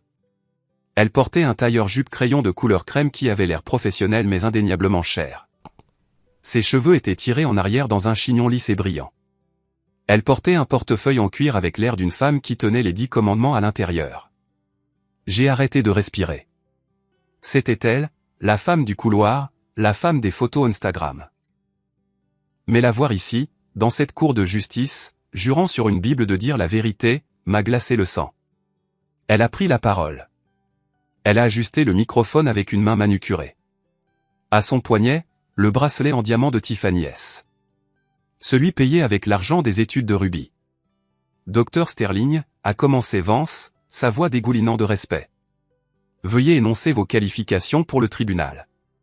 Je détiens un doctorat en psychologie clinique de Yale. A-t-elle dit, sa voix douce comme du velours. J'ai 15 ans d'expérience dans les dynamiques familiales conflictuelles et le développement de l'enfant. Je dirige Sterling Consulting, un cabinet dédié au bien-être familial. Et vous avez été engagé pour évaluer la famille Miller? C'est exact. Quelles ont été vos conclusions concernant Madame Meredith Miller? Bianca a tourné la tête une fraction de seconde. Ses yeux ont rencontré les miens. Il n'y avait ni pitié, ni culpabilité, seulement un amusement froid et prédateur. Mes conclusions étaient profondément troublantes, a-t-elle dit en se tournant vers le juge. Madame Miller présente des signes classiques de troubles de la personnalité borderline avec des tendances narcissiques. Elle crée le chaos pour attirer l'attention. Elle est émotionnellement volatile. Au cours de mes observations, j'ai noté qu'elle projette ses propres insécurités sur l'enfant, créant une dépendance toxique. Pouvez-vous donner un exemple? Certainement. J'ai observé un incident au parc municipal. Madame Miller était sur un banc, pleurant hystériquement, ignorant complètement sa fille qui errait vers la rue. Ce n'est que lorsqu'un étranger est intervenu que Madame Miller a réagi, et sa réaction a été l'agression envers l'étranger, pas l'inquiétude pour l'enfant. Menteuse, ai-je crié avant de pouvoir me retenir. Ça n'est jamais arrivé. Je pleurais parce que ma mère est morte. À l'ordre. Le juge a frappé son marteau. Madame Miller, une autre explosion et je vous ferai expulser. Vous voyez, votre honneur, a dit Bianca doucement, hochant la tête tristement. Le manque de contrôle des impulsions, les explosions. C'est exactement ce à quoi l'enfant est soumis quotidiennement. J'ai plaqué ma main sur ma bouche. Je venais de tomber droit dans son piège. Alors qu'elle continuait à débiter ses mensonges, une odeur a flotté dans l'air. Le système de ventilation de la salle d'audience a dû se mettre en marche, transportant l'air de la barre des témoins vers notre table. Bois de santal, cèdre, jasmin. C'était indubitable. C'était l'odeur des chemises de mon mari. C'était l'odeur de la trahison qui avait pourri mon mariage de l'intérieur. J'ai attrapé le bras de Henderson. C'est elle, ai-je sifflé. Le parfum. C'est le même parfum. Elle ne ment pas seulement, monsieur Henderson. Elle porte le bracelet qu'il lui a acheté. Regardez son poignet. Henderson a plissé les yeux. Nous ne pouvons pas prouver qui a acheté le bracelet, Meredith. Mais nous le savons. J'avais l'impression de me noyer. Elle est assise là à me juger alors qu'elle couche avec le demandeur. C'est insensé. Je sais, a chuchoté Henderson. Mais le juge voit un doctorat de Yale. Il voit une professionnelle calme et il vous voit crier. Vance a terminé son interrogatoire avec un sourire suffisant. Merci, docteur Sterling. Votre témoignage a été éclairant. Votre témoin, a dit le juge à Henderson. Henderson s'est levé lentement. Il s'est dirigé vers la barre, son vieux dos voûté. Il ressemblait à un chien fatigué aboyant contre une statue immaculée. Docteur Sterling, a-t-il dit d'une voix rauque. Vous dites avoir observé Madame Miller? L'avez-vous déjà formellement interviewée? J'ai tenté de le faire, a menti Bianca en douceur. Mais Madame Miller était peu coopérative et hostile. Par conséquent, je me suis fié à l'observation comportementale, ce qui est une pratique courante dans les cas où le sujet est résistant. Résistant, a ricané Henderson. Ou inconscient. Avez-vous déjà révélé à Madame Miller que vous l'observiez? Cela aurait altéré le comportement, a souri Bianca. L'observation naturaliste est la clé. Et votre relation avec Monsieur Miller, a demandé Henderson brusquement. Est-elle strictement professionnelle? La pièce est devenue silencieuse. Preston s'est raidi. Bianca n'a pas scié. Monsieur Miller a engagé mon cabinet. Nous avons une relation consultant-client professionnelle. Rien de plus. Vraiment? Henderson a sorti l'impression granuleuse en noir et blanc de la photo Instagram que j'avais trouvée. Parce que cette photo d'une fête de fin d'année semble montrer une relation professionnelle plutôt proche. Bianca a jeté un coup d'œil à la photo et a ri. Un rire léger et tintant. Oh, conseiller. C'était une fête d'entreprise. Tout le monde dansait. Si se tenir à côté d'un client est un crime, alors la moitié de cette salle d'audience est coupable. Le juge a regardé la photo. Elle était granuleuse. Elle était ambiguë. Monsieur Henderson, a averti le juge. À moins que vous n'ayez une preuve d'inconduite, passez à autre chose. Ne perdez pas le temps du tribunal avec des commérages. Henderson a semblé vaincu. Il a laissé tomber la photo. Pas d'autres questions. Je me suis enfoncé dans ma chaise. Elle s'en était tirée. Elle avait menti sous serment et elle l'avait fait avec un sourire. L'intimé appelle Meredith Miller à la barre. Entendre mon nom m'a semblé être une convocation à la potence. Je me suis levé, mes jambes tremblant si fort que j'ai dû m'agripper à la table pour me stabiliser. Je me suis dirigé vers la barre des témoins, jurant sur la Bible qui semblait lourde d'ironie dans une pièce pleine de menteurs. Monsieur Henderson m'a d'abord posé des questions douces. J'ai essayé d'expliquer pour les comptes bancaires, l'épargne jointe vidée. J'ai essayé d'expliquer la mort de ma mère et la grippe. J'ai parlé clairement, essayant de canaliser l'architecte que j'étais, logique, précise. Mais ensuite, ce fut le tour de Vance. Il ne s'est pas dirigé vers le pupitre. Il s'est approché de la barre des témoins, envahissant mon espace personnel comme Preston l'avait fait. Madame Miller, a-t-il commencé, sa voix mielleuse. Vous prétendez être une mère dévouée, pourtant vous n'avez aucun revenu. Vous n'avez aucune économie. Vous dépendez entièrement de la générosité de votre mari. N'est-ce pas exact? C'était un partenariat, ai-je dit, ma voix se tendant. Je gérais la maison. Gérais? Vance a haussé un sourcil. Nous avons vu les photos de la cuisine. Est-ce votre définition de la gestion? J'étais malade. Des excuses, a claqué Vance. Toujours des excuses. Parlons de Ruby. Votre mari dit que vous l'étouffez émotionnellement. Que vous lui dites qu'elle ne peut pas faire confiance à son père. C'est un mensonge. Je veux qu'elle aime son père, mais il achète son amour avec des cadeaux. Ou peut-être, Vance s'est penché. Il subvient à ses besoins pendant que vous n'êtes là qu'à exister, un fardeau. J'ai agrippé la rambarde. Je ne suis pas un fardeau. N'est-ce pas? Vance s'est tourné vers l'assistance, puis vers moi. Votre mari est un homme qui a réussi. Le docteur Sterling est une femme qui a réussi. Ce sont des gagnants. Et vous, Meredith, regardez-vous. Vous êtes juste amère parce que vous n'avez pas pu suivre. J'ai abandonné ma carrière pour lui. Vous avez abandonné parce que vous n'étiez pas à la hauteur, a dit Vance froidement. Preston me l'a dit. Il a dit que vous étiez une architecte médiocre au mieux. Il a dit qu'il vous avait épousé par pitié.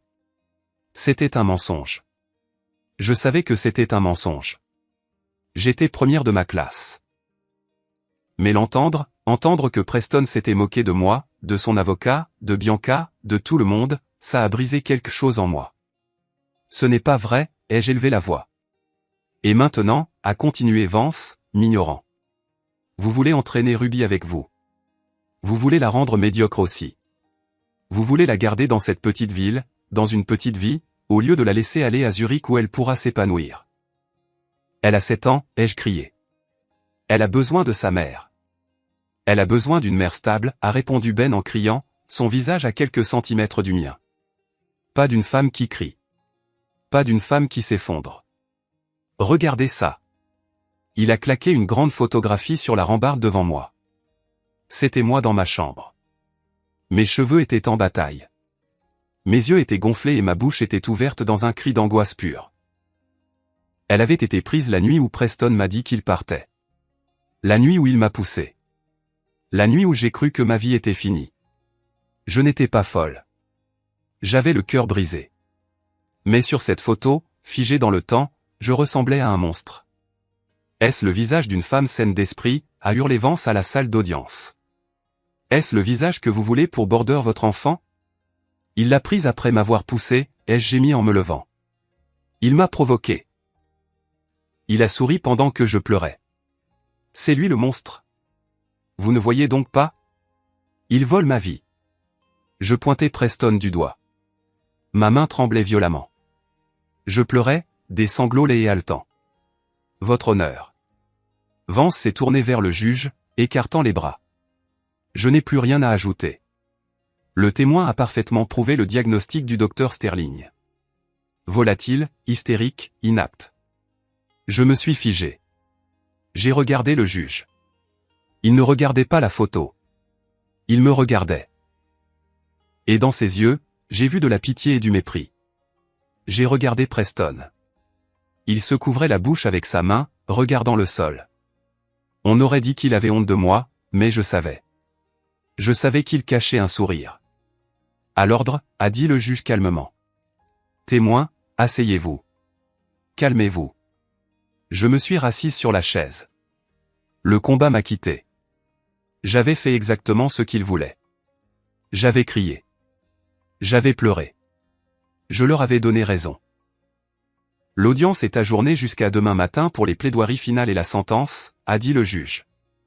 Huissier, évacuez la salle. Je suis retourné vers Monsieur Henderson. Il n'a rien dit. Il a juste rangé lentement sa mallette. C'est fini, n'est-ce pas, ai-je murmuré.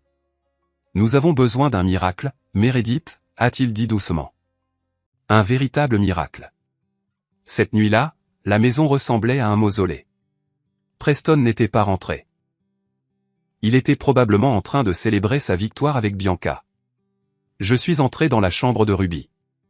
Elle était assise par terre, entourée de ses peluches. Elle a levé les yeux quand je suis entré, ses grands yeux remplis d'une question qu'elle avait trop peur de poser. Maman.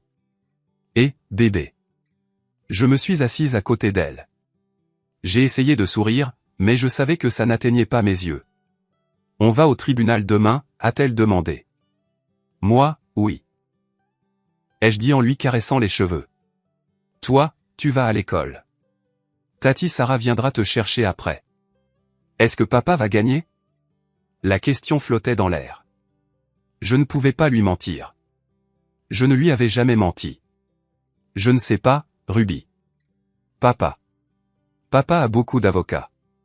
S'il gagne, est-ce que je dois aller en Suisse? Elle a eu du mal avec le mot. En Suisse, ai-je corrigé doucement, mon cœur se brisant en 1 million de morceaux. Si le juge le dit, oui. Mais papa t'aime. Il veut que tu vois le monde. Mais je ne veux pas voir le monde, a chuchoté Ruby, les larmes coulant sur ses joues. Je veux te voir. Je l'ai prise dans mes bras. J'ai enfoui mon visage dans son cou, sentant son shampoing, fraise et innocence. C'était peut-être la dernière fois que je la tenais comme ça. Demain, elle appartiendrait peut-être à l'État, ou à Preston.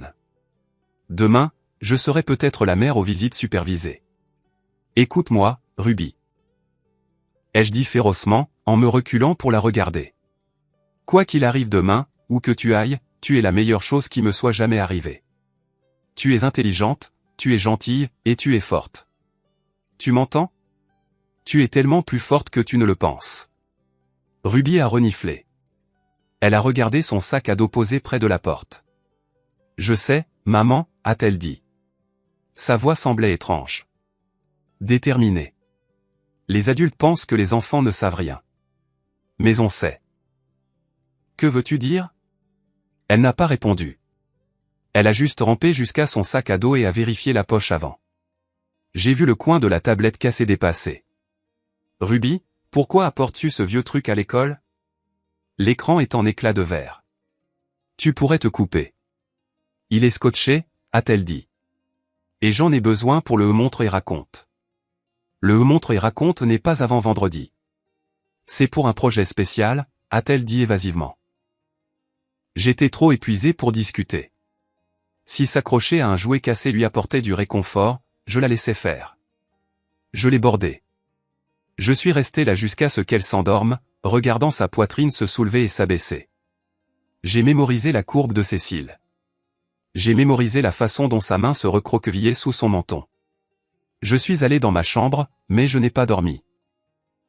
Je me suis assise près de la fenêtre, regardant la lune se lever sur la rue de banlieue qui avait été ma prison et mon sanctuaire. Je sentais un vide en moi si profond qu'il résonnait. J'ai pensé à toutes les femmes qui avaient perdu. Les femmes qui avaient été dupées par des hommes avec plus d'argent et moins de morale. J'ai senti leur douleur se mêler à la mienne. Et c'est là que j'ai besoin que vous fassiez une pause avec moi une seconde.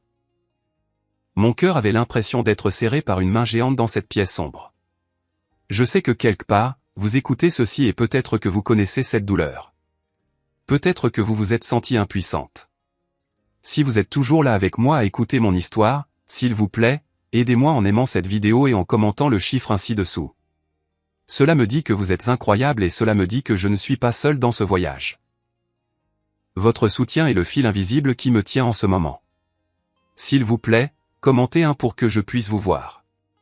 Et maintenant, laissez-moi vous raconter le jour où le monde s'est arrêté de tourner. Le dernier jour du procès. Le jour du jugement. La salle d'audience était bondée. Preston avait amené ses parents. Ils étaient assis au premier rang, me regardant avec dédain. Bianca était là aussi, assise juste derrière Preston, portant une modeste robe bleue aujourd'hui, jouant le rôle de la consultante de soutien. Le juge est entré.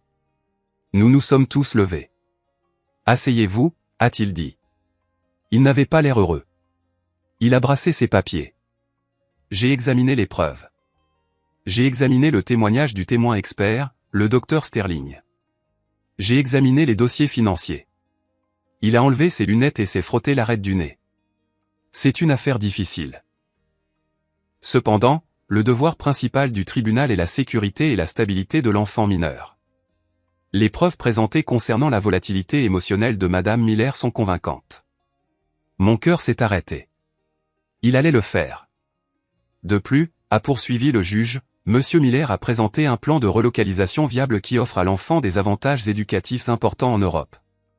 Par conséquent, il est de la décision de ce tribunal que... Astérisque grincement astérisque. Les lourdes portes doubles au fond de la salle d'audience ont gémi en s'ouvrant.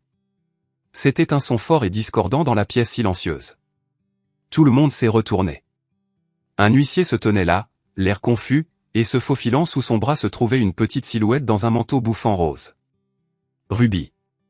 Ma sœur, qui était censée la récupérer à l'école, courait derrière elle, l'air affolé. Ruby, arrête. Tu ne peux pas entrer là-dedans. Ruby. Ai-je haleté, me levant à moitié de mon siège. Preston s'est levé. Que signifie cela? Pourquoi ma fille est-elle ici? Sortez-la, a crié Vance. C'est une session à huis clos. Mais Ruby ne s'est pas arrêtée. Elle a marché droit dans l'allée centrale. Elle avait l'air minuscule dans l'immense pièce, mais elle marchait avec une détermination qui la faisait paraître immense. Elle ne me regardait pas. Elle ne regardait pas Preston. Elle regardait directement le juge. « Jeune fille. » a dit le juge, sa voix sévère mais surprise. « Vous ne pouvez pas être ici. » Ruby s'est arrêtée à la barrière qui séparait l'assistance du parquet. Elle a agrippé la rambarde en bois. « C'est vous le chef ?» a demandé Ruby, sa voix tremblante mais claire. Le juge a cligné des yeux. « Je suis le juge, oui. » Mon papa a dit que vous alliez me faire partir, a dit Ruby. Il a dit que vous alliez me faire vivre avec lui et Tati B. Ruby, arrête ça tout de suite. A hurlé Preston, son visage devenant rouge. Sarah, sors-la d'ici. Non, a crié Ruby en retour, se tournant pour faire face à son père. Je n'irai pas. Tu es un menteur. La salle a halté. Jeune fille, a dit fermement le juge. On ne crie pas au tribunal. Ruby s'est retournée vers le juge. Elle a fouillé dans son sac à dos. Mon cœur battait la chamade. Sortait-elle un jouet? Un dessin? Elle a sorti la tablette cassée. Celle avec l'écran scotché. Papa a dit que maman est folle, a dit Ruby, les larmes commençant à couler sur son visage. Papa a dit que maman est méchante. Mais papa ment. Et Tati B ment. Et j'ai des preuves. Des preuves. Le juge s'est penché en avant. Ruby, range ça. Preston s'est élancé vers la barrière, mais l'huissier s'est interposé. « Asseyez-vous, monsieur Miller », a ordonné l'huissier. « Votre honneur, c'est ridicule », a balbutié Vance. « C'est une enfant. Elle a manifestement été coachée par la mère. »« Je n'ai pas été coachée », a crié Ruby. « Maman ne sait pas, maman pense qu'elle est cassée. » Elle a levé la tablette comme un bouclier. « Puis-je vous montrer ?» a demandé Ruby au juge. « S'il vous plaît. Avant que vous ne m'envoyiez au loin. » Le juge a regardé Preston, qui transpirait. Il m'a regardé, assise là, choqué, et il a regardé la petite fille tenant un morceau de verre et de plastique brisé. « Huissier, » a dit lentement le juge. « Prenez l'appareil de l'enfant. Connectez-le à l'écran du tribunal. » « Objection !» a crié Vance. « Nous ne connaissons pas la provenance de cette preuve numérique. »« Rejeté !» a dit le juge, ses yeux se rétrécissant. « C'est dans le meilleur intérêt de l'enfant. Je veux voir ce qu'elle pense être si important. » La pièce est devenue silencieuse. L'huissier a pris la tablette. Il a branché un câble sur le côté. Les grands moniteurs sur les murs ont clignoté. Preston s'est enfoncé dans sa chaise. Il a mis sa tête dans ses mains. Et puis la vidéo a commencé à jouer. L'écran était noir une seconde. Puis une image est apparue. L'angle était bas, filmant vers le haut depuis le niveau du sol, partiellement obscurci par des feuilles vertes. C'était la vue de derrière la grande plante ficus dans notre salon. L'horodatage dans le coin indiquait « 12 novembre, 20h45 ». C'était la nuit où Ruby s'est enfuie. La nuit où j'étais au cinéma. Dans la vidéo, Preston est entré dans le champ. Il portait sa robe de chambre en soie. Il tenait un verre de vin rouge. « Mon Dieu, elle est si pathétique », a dit Preston, sa voix cristalline à travers les haut-parleurs du tribunal. « As-tu vu son visage quand je lui ai dit que je prenais la gamine ?» Une autre silhouette est entrée dans le champ. Bianca. Elle ne portait pas le tailleur professionnel qu'elle portait au tribunal. Elle portait ma robe de chambre. Elle portait ma robe de chambre en soie, celle que Preston m'avait offerte pour notre anniversaire il y a 3 ans. « Tu es trop dur avec elle, chérie », a ronronné Bianca en lui prenant le verre de vin. Elle a ri. « Je plaisante. C'est un paillasson. Honnêtement, je ne sais pas comment tu es resté avec elle pendant 15 ans. Elle est si beige. » « Je suis resté pour l'image », a dit Preston en tirant Bianca sur ses genoux sur le canapé. « Mais l'image coûte cher. Et maintenant que les actifs sont déplacés, je n'ai plus besoin de l'image. » Un halètement collectif a parcouru la salle d'audience. Je me suis couvert la bouche. Mes larmes coulaient librement maintenant. Les voir, les entendre, c'était 1000 fois pire que de l'imaginer. À l'écran, Bianca lui a embrassé le cou. « Es-tu sûr que le virement vers le compte au Caïman est passé ? J'ai essayé d'accéder au fonds pour l'entrepreneur à Zurich et c'était en attente. C'est passé ce matin. » A dit Preston. 2 millions, intraçable. Meredith obtiendra la moitié de la valeur de la maison, ce qui n'est rien après l'hypothèque, et je repars avec le royaume en espèces. Et la gamine, a demandé Bianca en traçant sa mâchoire. Devons-nous vraiment la prendre ? Elle est agaçante, Preston. Elle me fixe. Nous devons la prendre, a répondu Preston. Si je la laisse avec Meredith, le tribunal pourrait m'obliger à payer une pension alimentaire. Une pension alimentaire énorme. Si j'ai la garde exclusive, je ne paie rien. En plus, ça tue Meredith. C'est la cerise sur le gâteau. Tu es diabolique, a gloussé Bianca. J'adore. Je ne suis pas diabolique, a souri Preston. Je suis juste un gagnant. Dans la salle d'audience, Preston ne bougeait pas. Il était figé, fixant la table. Vance, son avocat, brassait frénétiquement des papiers, semblant vouloir ramper sous le sol. Mais la vidéo n'était pas terminée. Si vous sentez la rage monter en vous en ce moment, en voyant cette injustice, vous n'êtes pas seul. Mon sang bouillait. Si vous êtes prête à voir ces deux-là obtenir ce qu'ils méritent, appuyez sur le bouton j'aime maintenant. Regardons le karma frapper ensemble. La vidéo a continué. Le couple à l'écran s'est installé plus profondément dans le canapé, complètement inconscient qu'une enfant de 7 ans enregistrait leur destruction à 1,5 mètre de là. Et le rapport psychologique ? a demandé Preston dans la vidéo. Est-il prêt? Bianca a pris une gorgée de vin. Je l'ai rédigé ce matin. C'est un chef-d'œuvre de fiction, si je puis me permettre. As-tu inclus le truc du parc? Absolument, a dit Bianca. J'ai pris cette histoire que tu m'as racontée sur ses pleurs à la mort de sa mère, et je l'ai magnifiquement déformée. Épisode maniaque en public, mise en danger d'enfant. Le juge va gober ça. Et le diagnostic? Trouble de la personnalité borderline. A déclaré fièrement Bianca. C'est le diagnostic parfait pour une ex-femme difficile. Ça explique la colère, les larmes, la victimisation. Ça fait que tout ce qu'elle dit ressemble à un symptôme, pas à un fait. Tu es un génie, Preston l'a embrassé. Mais si le juge demande un deuxième avis? Il ne le fera pas, a dit Bianca avec confiance. J'ai les diplômes. De plus, Vance va la provoquer au tribunal. Tu te souviens du plan? Utiliser la photo. Celle que j'ai prise quand je l'ai poussée. Oui.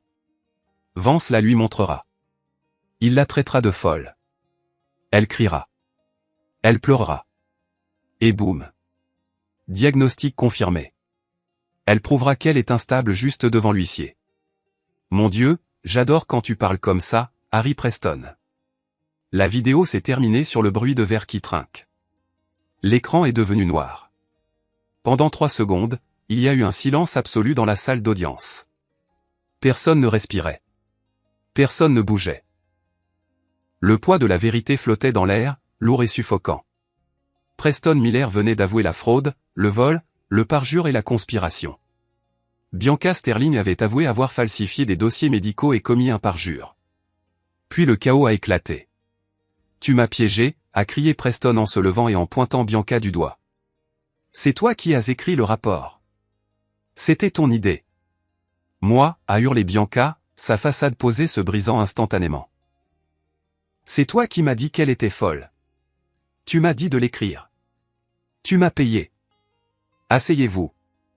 La voix du juge a rugi comme le tonnerre. Il n'a pas utilisé le marteau.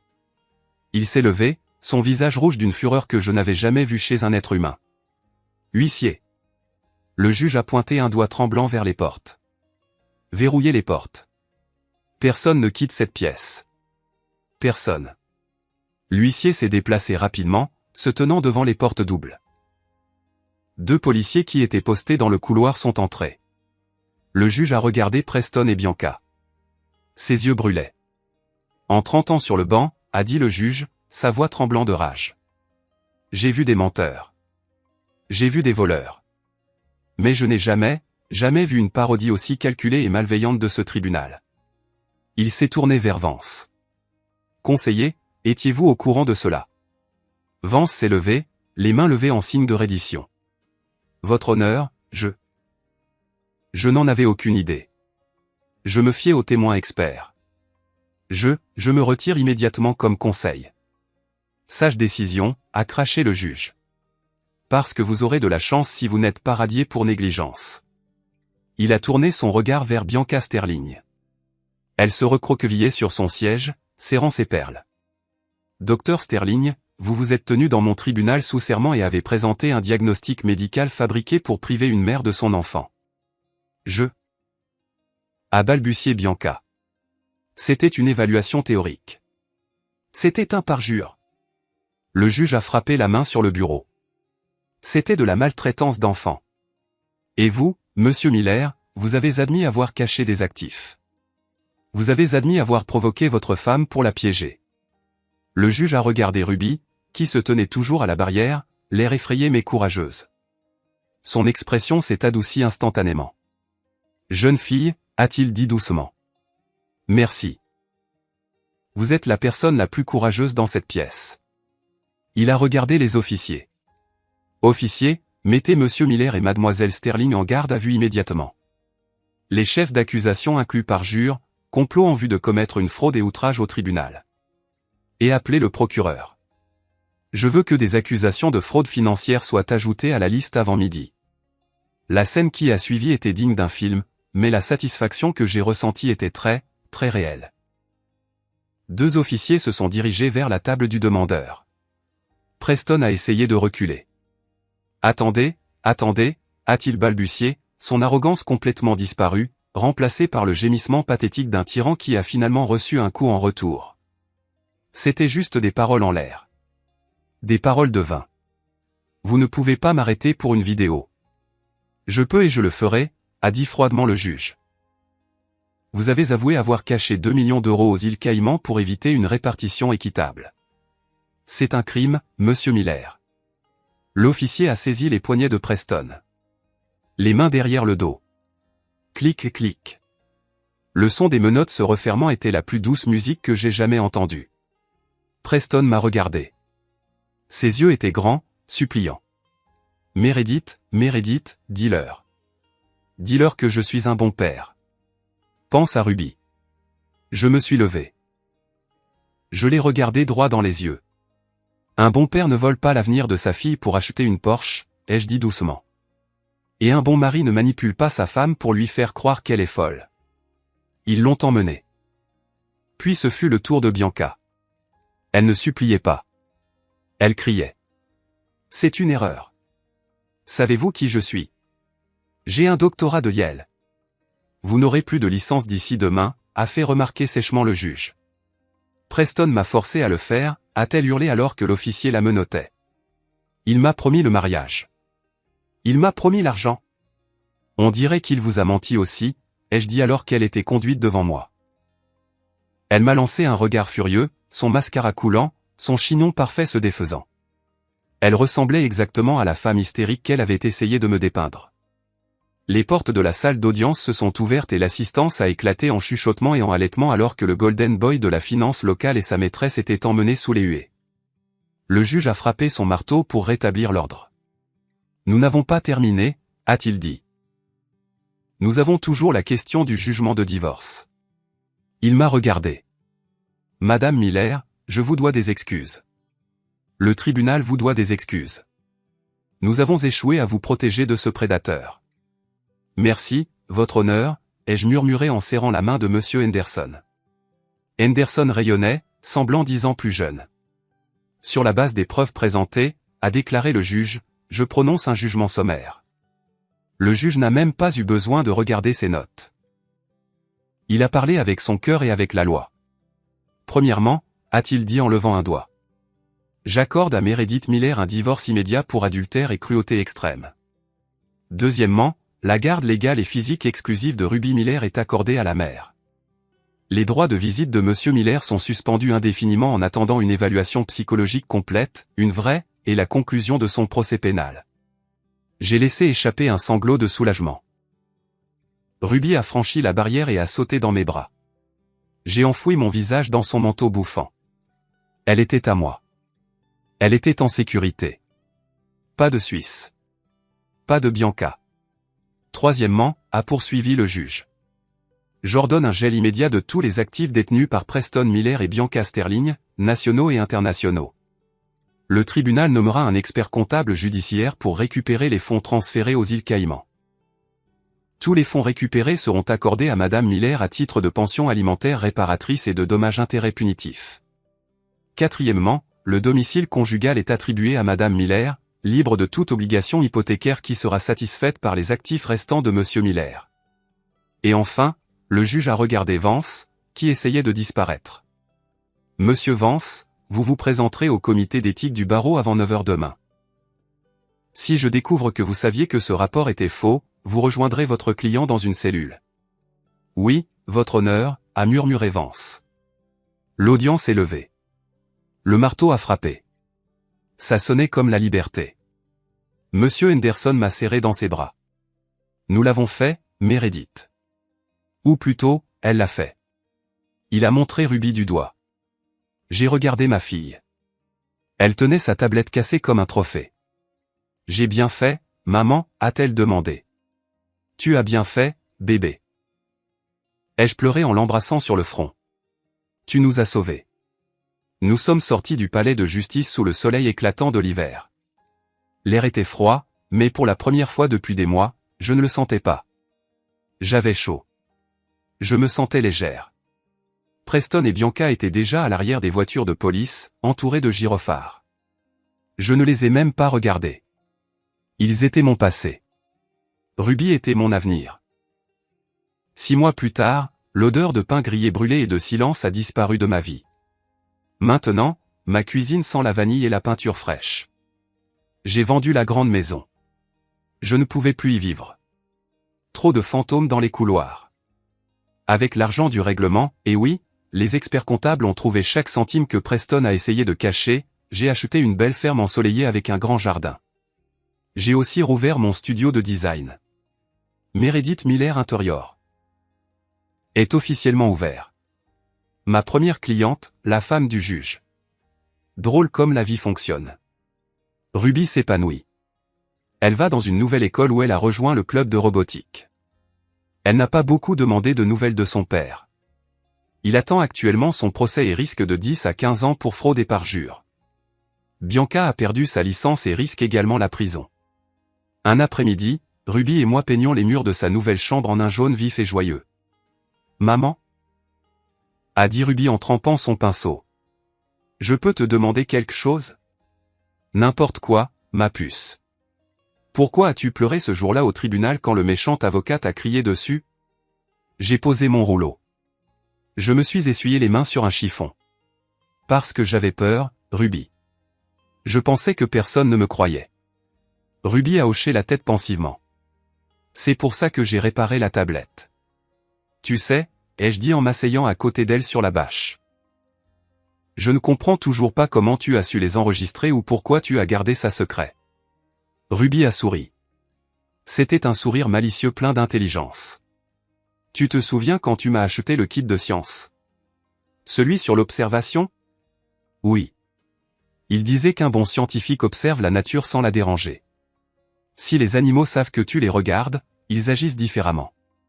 J'ai ri. Donc, papa et Bianca étaient les animaux. Yep. A dit Ruby en faisant claquer le EP. Papa m'a dit que tu étais bête. Il a dit, maman est trop bête pour savoir ce qu'on fait. Mais je sais que tu n'es pas bête. Tu es la personne la plus intelligente que je connaisse. Tu peux construire des maisons dans ta tête. Mes yeux se sont remplis de larmes. Donc, a poursuivi Ruby. Je savais que si je te parlais de Bianca, tu crierais sur papa. Et si tu criais, papa arrêterait de faire les mauvaises choses devant moi. Il se cacherait. Alors, je suis restée silencieuse. J'ai attendu d'avoir le « Quel est le mot que monsieur Henderson a utilisé ?» Des preuves. Ouais, des preuves. J'ai attendu d'avoir les preuves et puis j'ai attendu le bon moment pour les utiliser. Comme un piège. J'ai regardé ma fille de 7 ans. Elle n'était pas seulement intelligente. Elle était d'une brillance terrifiante. Elle avait dupé un millionnaire et une psychologue titulaire d'un doctorat avec une tablette cassée et la patience d'un saint. Tu es incroyable, Ruby Miller, ai-je dit en la serrant fort dans mes bras. Mais la prochaine fois, dis-le simplement à maman. D'accord? Plus de mission secrète. D'accord, a-t-elle gloussé. Sauf si tu as un petit ami. Alors, je l'enquête aussi. Nous avons toutes les deux ri, le son résonnant dans notre nouvelle maison heureuse. J'ai regardé par la fenêtre le jardin. Le gel avait disparu. Les fleurs s'épanouissaient. J'avais perdu un mari, mais je m'étais retrouvé. Et j'avais élevé une fille qui connaissait la différence entre une étiquette de prix et la vraie valeur. Preston pensait qu'il pouvait nous briser. Il pensait qu'il pouvait acheter le bonheur et voler notre avenir. Mais à la fin, il a appris la leçon la plus difficile de toutes. On ne peut pas construire un royaume sur des mensonges, surtout quand il y a une petite fille avec une tablette cassée qui observe chacun de vos mouvements. Et voilà, mes amis, comment j'ai retrouvé ma vie. Merci beaucoup d'avoir écouté mon histoire. Ce n'était pas facile à raconter, mais j'espère que cela vous rappelle que peu importe à quel point il fait sombre, la vérité trouve toujours un chemin vers la lumière. Si vous avez apprécié cette histoire et que vous voulez me soutenir, veuillez aimer cette vidéo et vous abonner à la chaîne. Осталось только дождаться, когда ядерка упадет на голову и все кончится.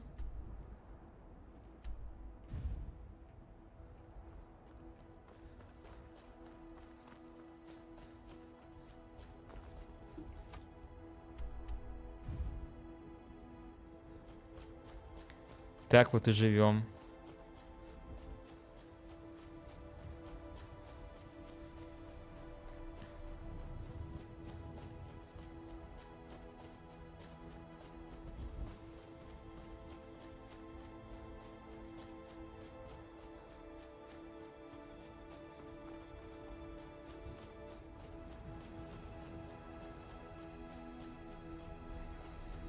Время пришло. Время пришло. Ты должен хапануть с продрищины. Давай. Не хочу. Не хочу. Не хочу. Время пришло. Время пришло. Ты должен хапануть с продрищины. Давай.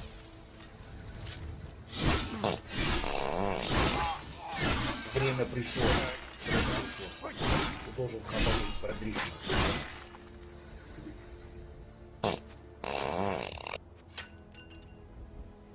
Блять, Рон Ворон, ребят.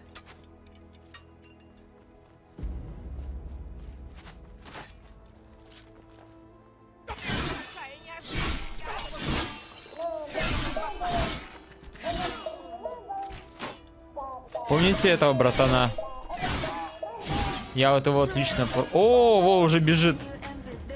Бежит, бежит, бежит. Вставлять мне свой щит поперек жопы. У него броня как у меня.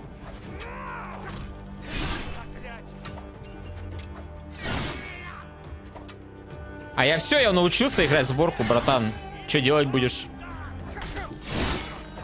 Блять.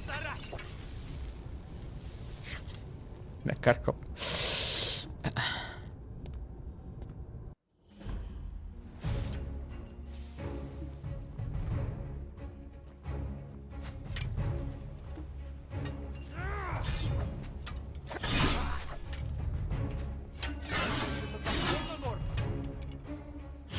Да у тебя щит, блядь. Читер ебаный. Не спарировал, блядь.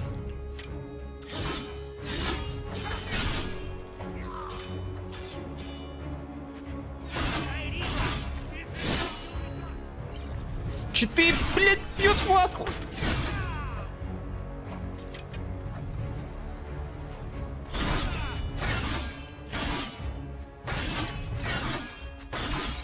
Руби, руби!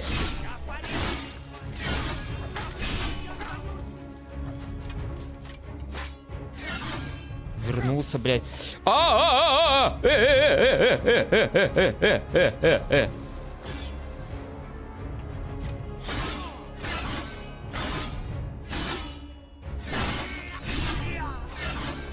Сосать рак.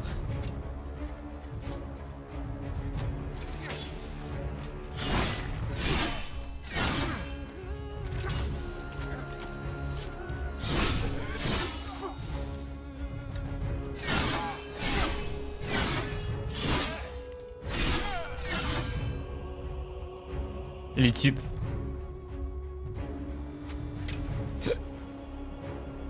Летит продрищина. Ай, бля, попадает.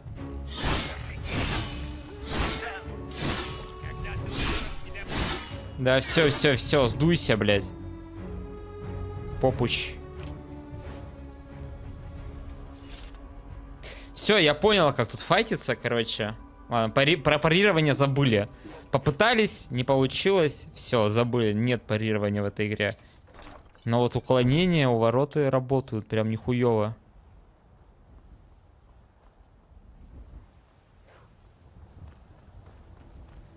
При идеальном уклонении, как я понял, еще и стамина восстанавливается. Или как минимум она не тратится.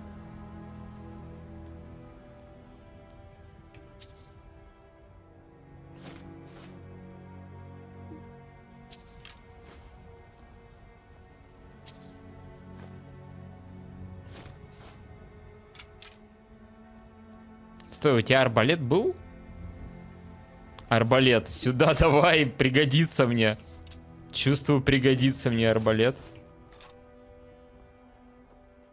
Где эта хуйня лежит?